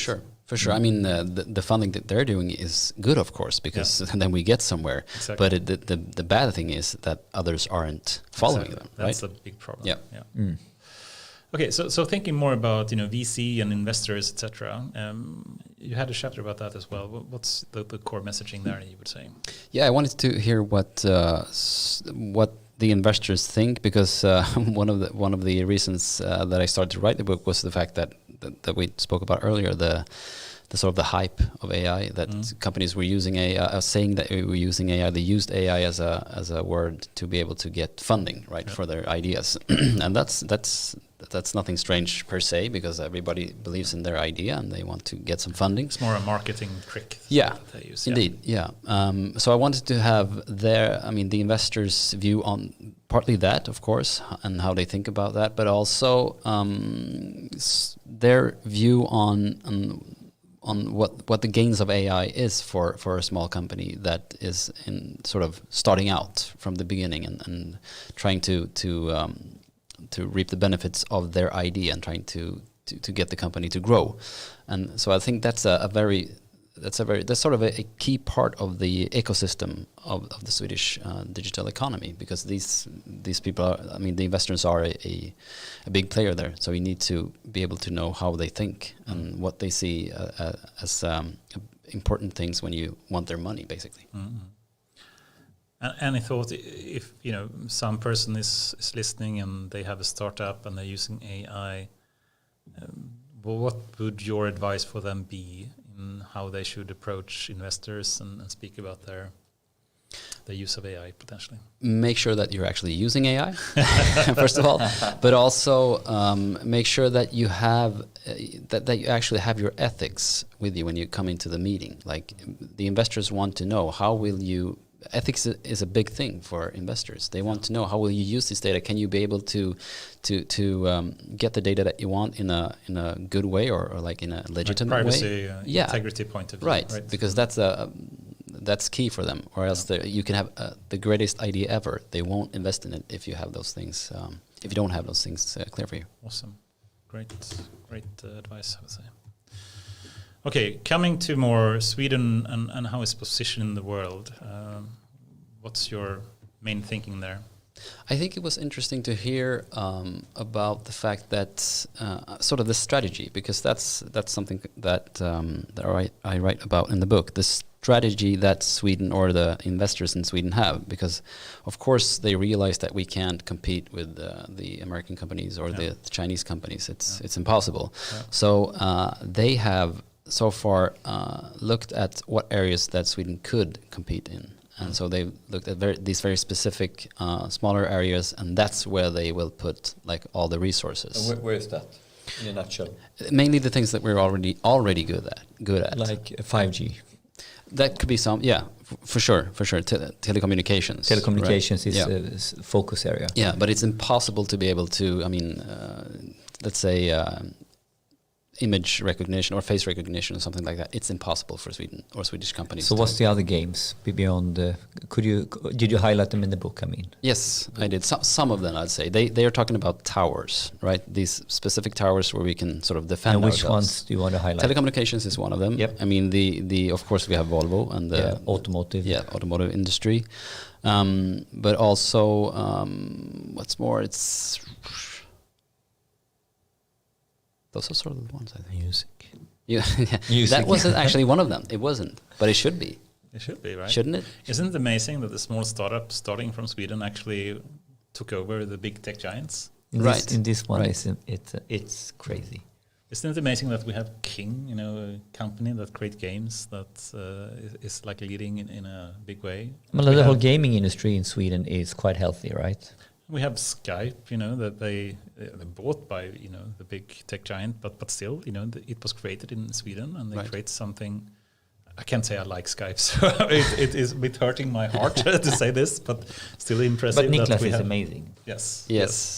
And that's the main thing is with the investors. Like, if you have some sort of success with a company, then you become a part of the ecosystem. So, like, you become an investor, and you've already done that sort of first journey to build that company. So you know the steps that every company that grows needs to take. So that's a very important thing of the ecosystem in the Swedish startup business. Cool. And you also have a chapter about ethics and the law about AI. And this is I think we could speak hours about this topic alone. But okay, just try to give some highlights about that. Frustration would be the word. There's a lot of frustration, mainly because of GDPR, of course. Like where the regulators have regulated first and then seen the consequences, right? Awesome. I love the way you phrased that. That's perfectly that's very much my view as well. Right. So. I mean, the thought was, of course, that we should have some sort of basically consumer rights or protection for the consumers. Because the intention was good, right, from the beginning, right? Yeah.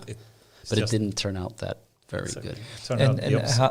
With your sort of, I shouldn't say scientific view, but journalistic view, what was the problem? Or, you summarized it, but could you elaborate a little bit, like it didn't turn out so well? What's the problem here? Well, one of the things is, of course, the cost for the companies to be able to implement these rules that are so very hard to understand, like just when it comes to the law, right? When it comes to regulations, because that's sort of the main thing here, that companies, they put restraints on themselves because they don't want to make a mistake, because so they're over exaggerate. I mean, like they are careful. They're very careful, right? So they don't want to take any chances, and that could mean that innovation or ideas just get debunked because it's paralyzation. I mean, like the problem they didn't anticipate was paralyzation in some ways. Yeah. Right? Yeah, because they for logic reasons don't have the courage to move on with ideas, because that could in some way. Because in order to move on, you need to have lawyers, you need to be data literate. Exactly, and the lawyer thing is, of course, the main thing. And by the way, this is our argument here, that you actually, the thing you wanted to stop, to have the tech giants sort of moving in with their monopoly. If you're really cynical about GDPR, it has something to do with the privacy of us. It has an equal amount around saving the money and cash from the tech giants, for them to monetize on us, right? The problem is that we usually say there's a trifecta why this is easier for the tech giants. They have the lawyers, they have the cash and the money in order to fight any topic, and they have the tech stack and the data literacy in order to actually, this is not even a problem to us because our systems are so good, so we can actually turn you off and on. Right. What you can't really do in an old type system. Yeah, so there's a trifecta which actually backfires the whole idea, or like a big portion of why we did GDPR. Right. Because the ones that are suffering are the small companies, the entrepreneurs. The tech giants is not suffering at all from GDPR, in my opinion. No, not the big companies, not only tech companies, but also the big companies. They have all the resources that they need, right? But it's the small companies and the entrepreneurs which are so important for Sweden to be able to compete. Yeah. So it's hindering innovation in ways, and I hope you don't, had to go into the whole new AI acts being proposed and all the thoughts about that. But yeah, that's frustrating when you read it. Right, I can tell you. Right, and that's also, I mean, as we said before, it's also one of the main things with the book, that we need to get this conversation going, because these decisions are made now, and they've already been made, right? And it's been made, and I don't think they have learned the lessons from GDPR, and now they're doing the same thing again. Right. And it's a bit disconcerting and frustrating for sure. Right. Big politics. It is big politics for sure. Okay, job market. What do you think the impact of AI will be on the job market? I think the Unionen that I'm talking to in the book, the union, their point of view is, I think it's quite legitimate. Some jobs will disappear, of course, because the AI can do it better. We talked about this, these repetitive things that they're doing better, but some jobs will, of course, also be created from this. Yes. So I think it's going to be just a shift rather than bottom something line, disappearing. net positive, negative, or use shift. I think net negative.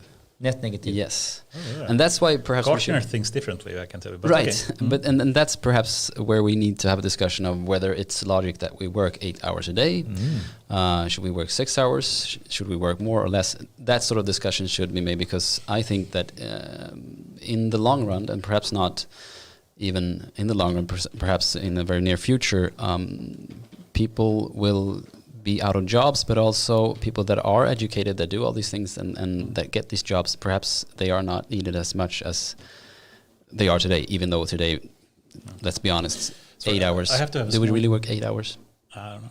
I have to have a small technical break. Can you just continue discussion about the job market and then potentially get started with AI kind of thing? This And is I'll be the back. first. This I know. This but is the first. I tried to. This is the competition. The IPA. This is the competition to have a AI after work and not having a technical break. Right. And how many episodes have we done without a technical break? 40. So, Wow, so the I'm competition. honored. So the competition has gone on for 42-hour sessions drinking beer, Right. and no one has cracked. And now understood. Anders cracked first. I love that. Right. There's a medical thing. But it was bound to happen at some point. Right. There's a solution of this, though. You can put something in, you can connect it. No, don't go The there. F1 please, drivers. please don't go there. But Right. but to summarize the job market discussion, Yeah. So net negative, Yeah. in the sense that we maybe should even work less.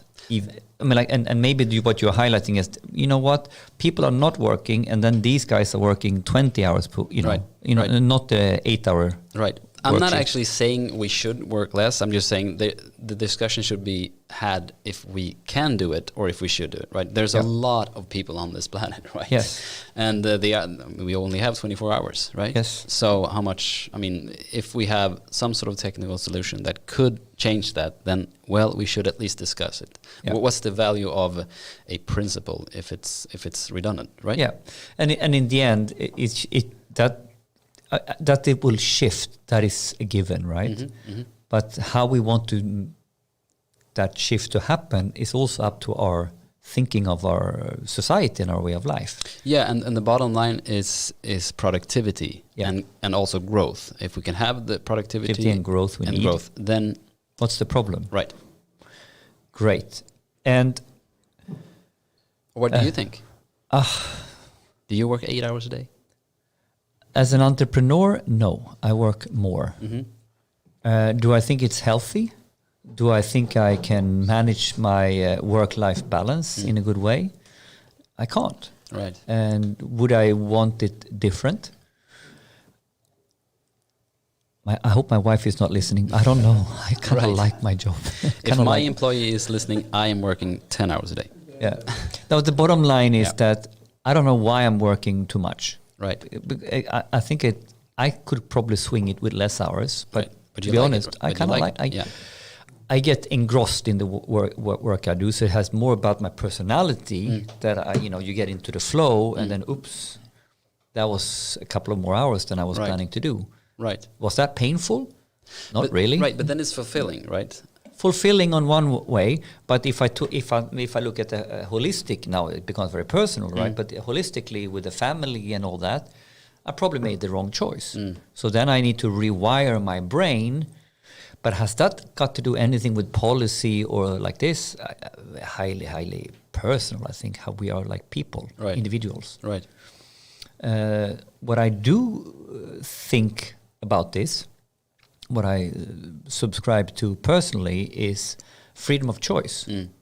So how can we provide a society where we don't all need to fit into the size 101 format. Right. You know, we can't all have a Volvo, a dog, and a red house, right? There needs to be different path to success, right? Or to happiness.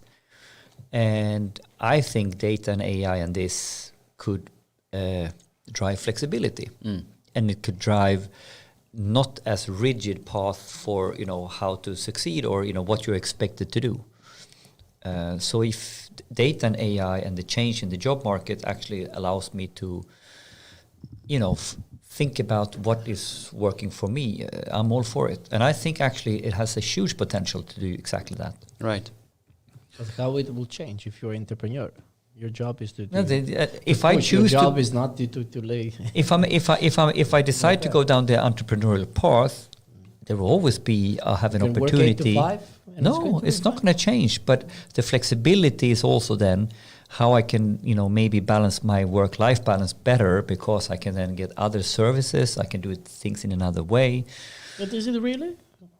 So if you get more tools to get more done, and you're an entrepreneur, your job is to actually, you know, push forward. You want to get more money. So if you get double more effective, which probably is equal for you making double more money, or right? So maybe, but I think there's a diminishing of returns as well. So if I can get some, you know, it's like, okay, if I put in this effort, it's great. I put in the double of effort, you know, at some point, you know, money is not the problem, or there's other things. So I think the diminishing of returns will make me value the next hour of work less and less and less and less. So I then applaud the flexibility, or you know, but I think the bottom line is it's going to boil down to what type of work you do. If you're working for yourself, if you're trying to grow a company, versus if you're working with someone We're still else. speaking about the job market, or Yes, Yes. we got stuck on there. are you done? So can we continue? Well, we took the philosophical what's the summary of the impact that AI will have? net negative. Net negative, slight net negative, but mainly a shift. Yeah, but then we came into, is that a good thing or a bad thing, Yeah. and what's the, you know, what type of society do we want? Yeah. Which I think is a very healthy conversation. Yeah. More healthy conversation actually than to do a doomsday discussion, Yeah. you know, about the numbers. For sure, because that's sort of one of the important things that the book I wanted to write about in the book, of course, because I'd say the discussion about work and AI is always ending up in this doomsday scenario, right? The robots are taking over, blah blah blah. Yeah.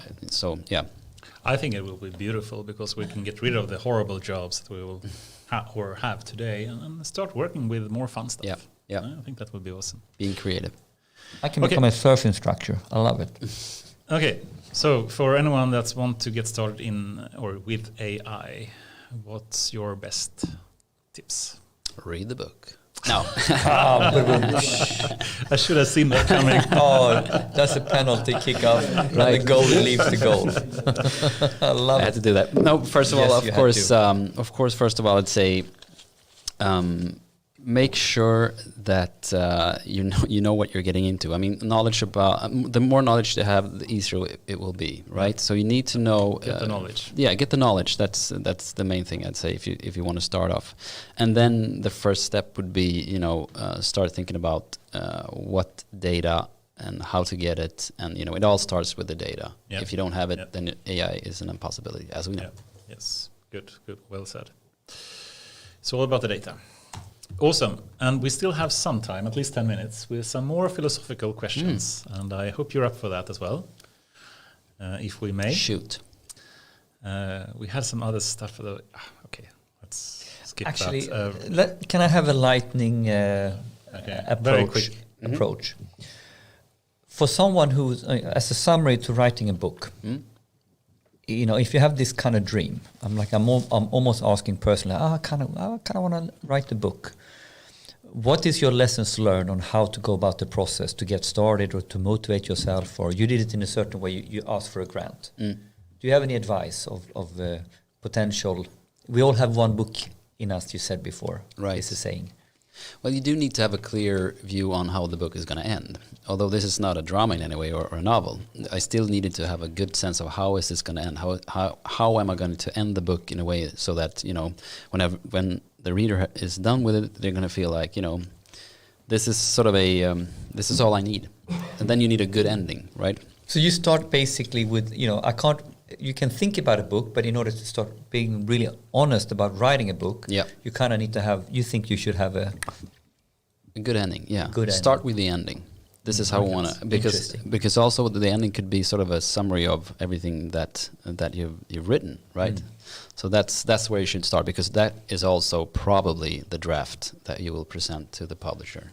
The ending. Yes, the summary. This is all that is in the book. Right? Okay, the summary. The ending or the disposition. Like you want to be able to touch the book. Yeah, this is what it is. If you want to go from wishing and dreaming to putting things in reality, checkpoint number 1 before even considering it. Yeah. Do you have your clear vision? Yeah, and that is the summary. Right. So 1 page, 2,500 words. Okay, so given that you've written your first book, do you have any plans for any new books? I do, yes. You do? Yes, it's. I have a plan. I won't disclose too much, but it's about work as well. It's not about AI per se, but it's about work. Yeah. So I have other projects already started. So yeah. I have a book idea. And I sensed that you did. I have a book idea, and I will actually launch it in a small way, in a fun way, on the Data Innovation Summit. Right. Be there. Can we have some sort of, can you give us something about it? Go to the conference. Right. Right. No, so actually, I've been toying with an idea, and I'm going to do something fun with it on the conference. It's not going to fly, but I had fun doing it. Right. So it's cliffhanger. It's a cliffhanger. Yeah. It's a novel series. Oh, really? Say no more. You're not going to murder anyone at the conference, right? You know what?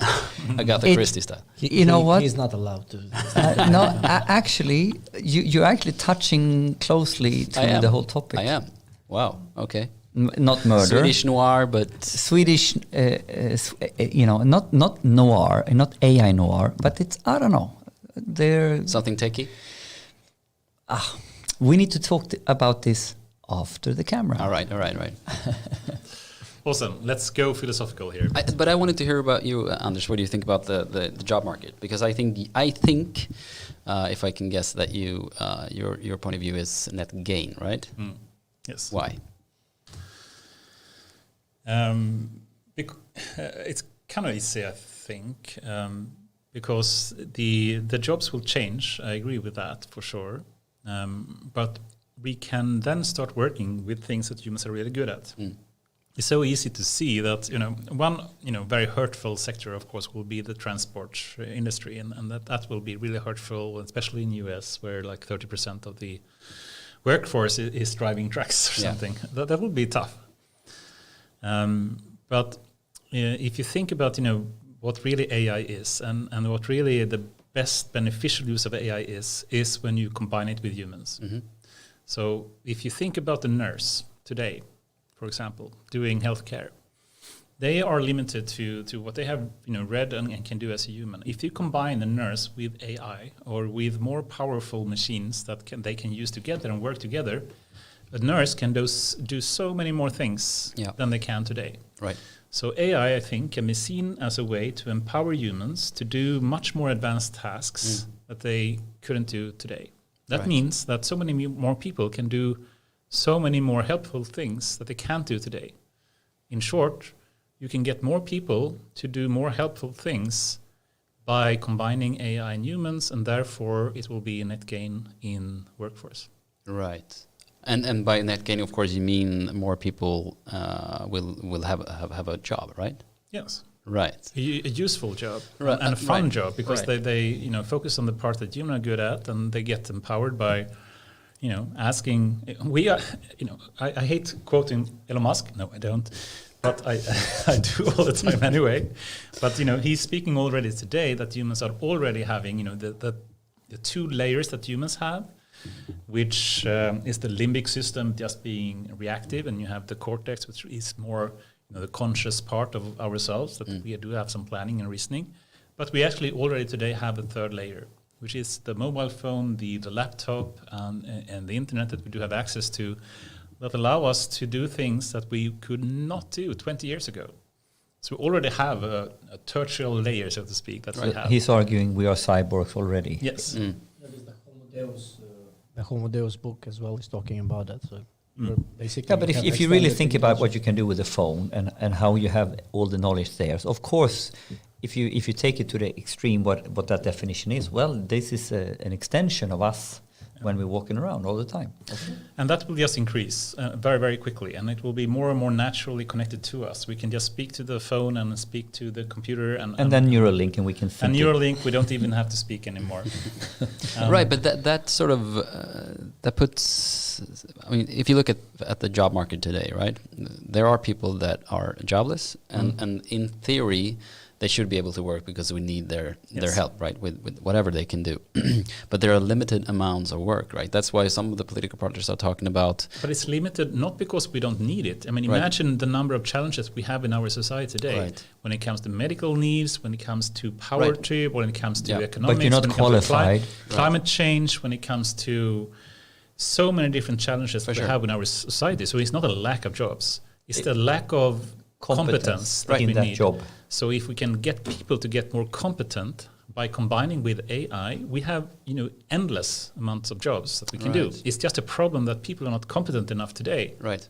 So if we can get people more competent by combining AI and machines, AI and humans, there are endless amount of jobs. So the bottom line, we have a deficit of 70,000 IT workers in Sweden. They say we have clearly a problem in school, and we have clearly a problem in there. So with this point, other people can come into the job market and actually do a fairly good job. Right. That you need 6 years of high school, training, whatever.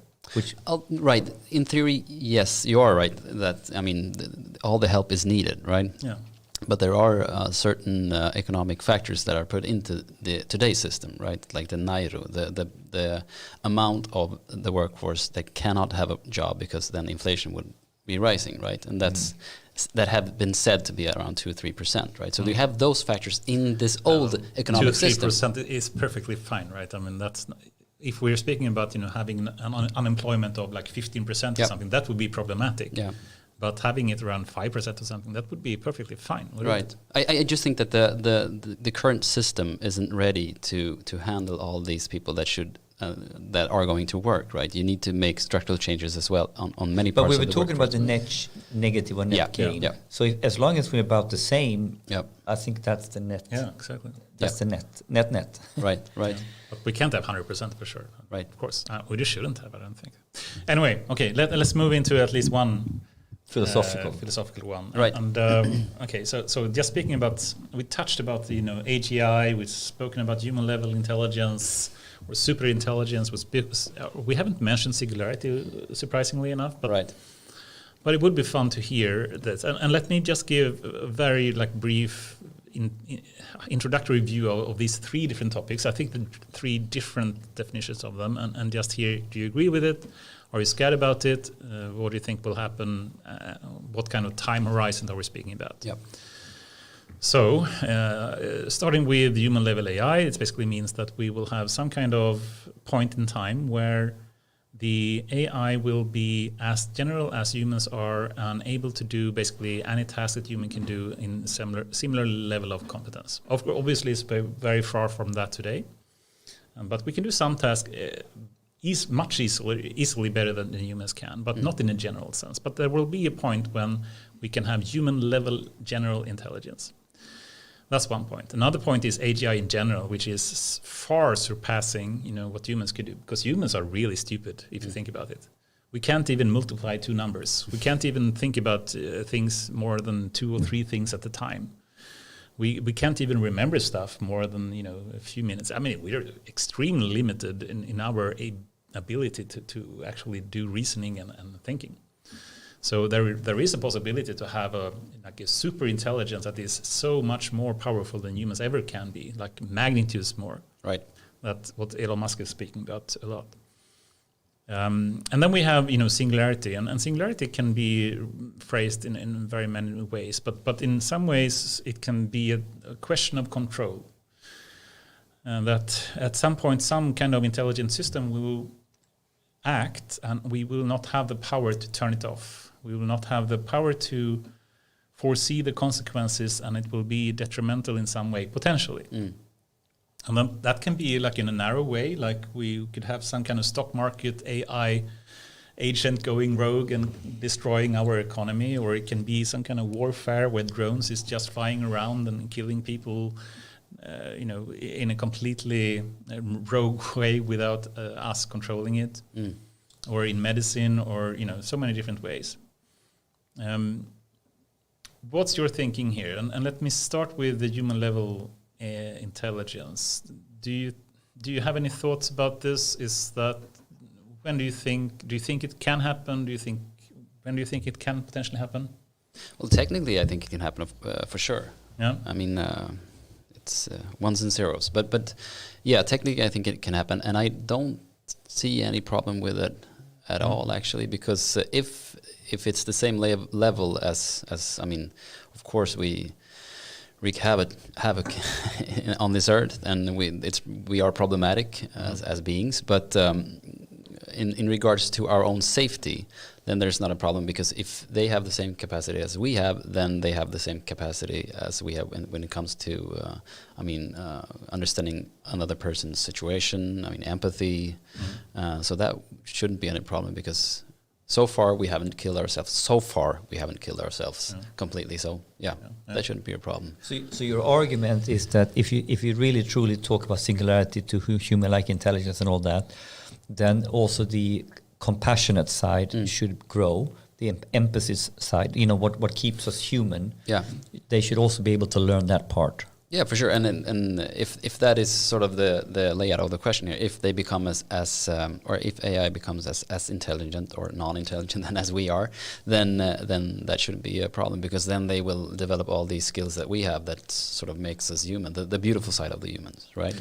So problem or possible from a technical point of view is one question. Do you think there is something else that is really hard for a machine to do that a human brain has, or a human soul has in some way, that makes it not possible for machines to have feelings or consciousness similar to humans have? Right. It all depends if you believe that there's a sort of a human nature, something that we are born with. So then it's a question about either there's something essential that is human, or just existentialism. Like Sartre, like we are the sum of what we're doing, right? And I haven't really landed on that yet, but in the eyes of others, I am of course more what I'm doing than that they would think that I have something that is born within me, and something that drives me. It's just these material things, I think, and that's very easy for the AI to be able to pinpoint. These are the things that humans want. Then I'll go for that as well. So yeah.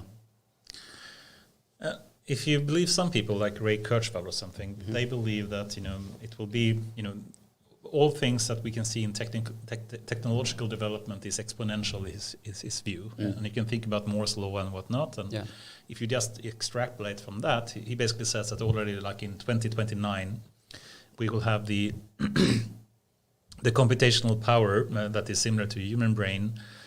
And potentially then there is no reason why we shouldn't have at least human level at that point, but then it will just continue to just skyrocket in a way that will have like super level of intelligence, and as Elon Musk says it, we can reach human level, but the point is that will be very quickly after that a point where a single AI system will have the combined intelligence of all humans in the world.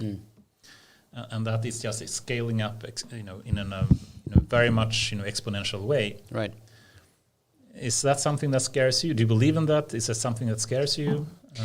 I do believe in it. I mean, obviously, you can always also build a bigger machine, right? So you can expand the capacity of the hardware, right? Yeah. But also this super intelligent thing. Or if you would have that sort of that person, if you just lock that into a room, that's not going to be a problem, because then they can't see or hear or make any decisions of the world that we are living in, right?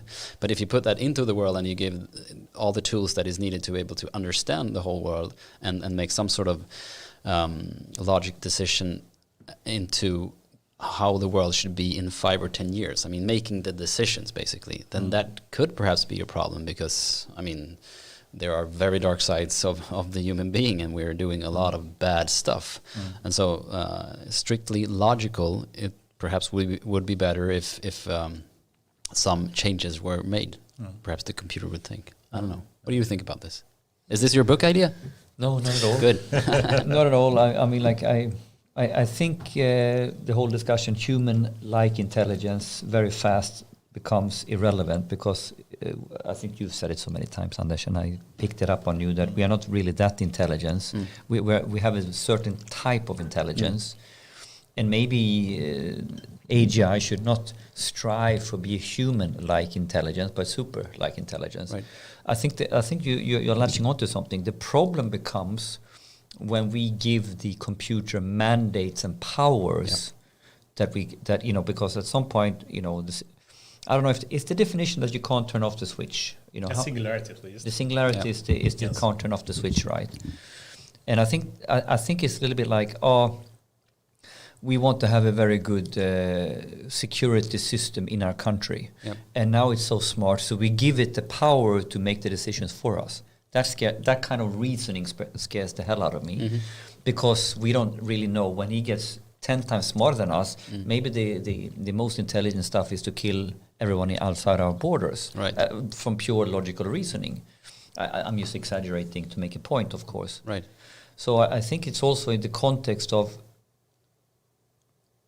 how, if we put it in a situation that we really let it make decisions on these topics. Right. And maybe that's the scary point, that you didn't from the beginning, but it maneuvers to that point on its own. And this also comes down to the fact that we somewhere know that we're doing things wrong, right? That's why we think that a computer that is just objective or neutral, of course, that's gonna wipe out the humans. If you do an AGI that is neutral, will it naturally seek more power? Will that be? Will that be part of its wiring or not? Right. We talk about the robotics law and all that, but I think it's Asimov's laws, right? But it's an ultimate topic, because we start thinking like ourselves, right? Like, I get more money, I get more power, I get hungry for more motive, right?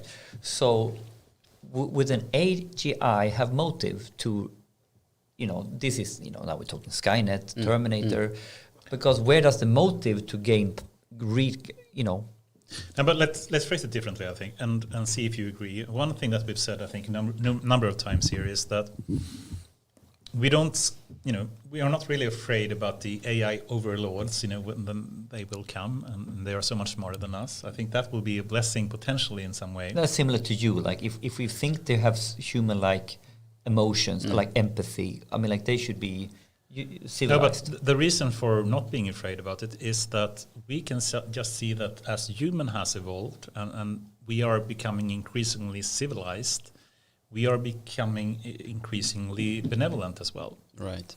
Is that true, though? That's your view of the world, but it really depends. Can you see that it hasn't been? Thinking from the laws of the jungle, back in thousands years back, we have become increasingly benevolent. Wouldn't you agree?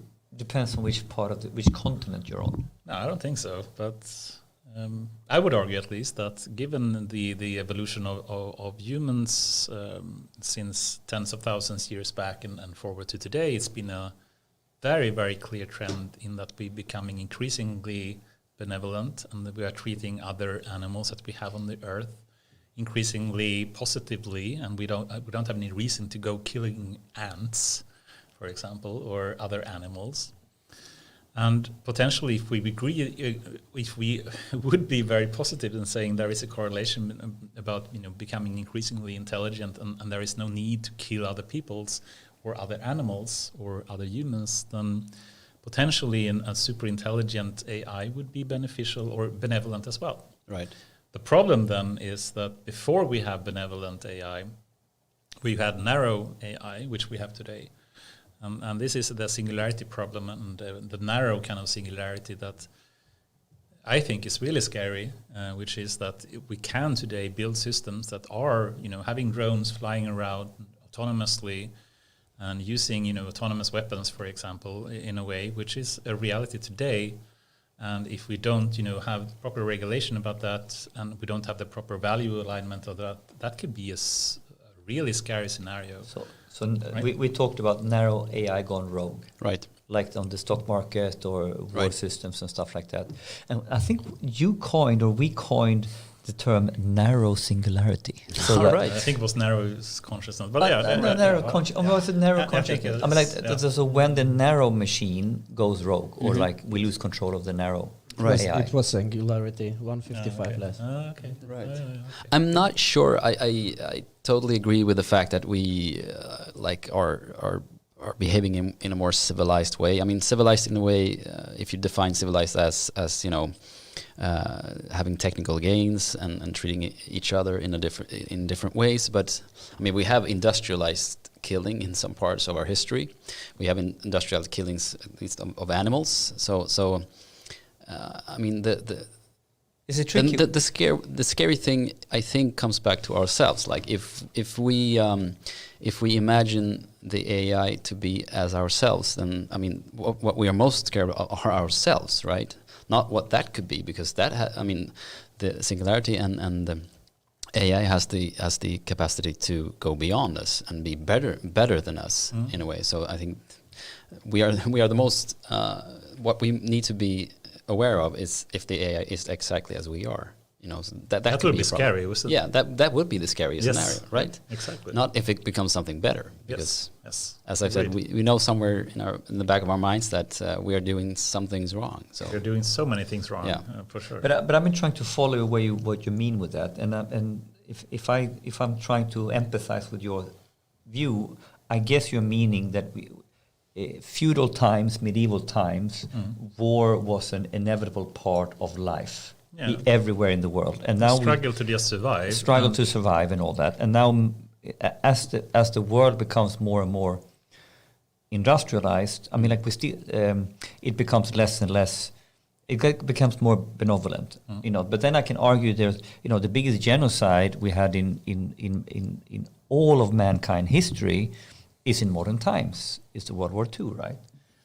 So I'm not sure about that, but yeah. Is it, No. But I mean, like, so that's a tricky one, right? Yeah. It is a tricky one, but I think, as we increase intelligence, if we decrease the need for just being able to survive, it's not about survival of the fittest anymore. It's about, happiness, perhaps.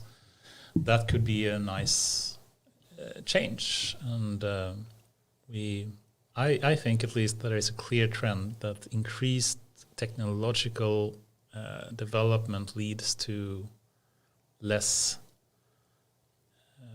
friction and potentially more benevolent behavior. Right. Well, the jury isn't out. Yeah, it's very philosophical here. Yeah. So, but that's fun sometimes. It is.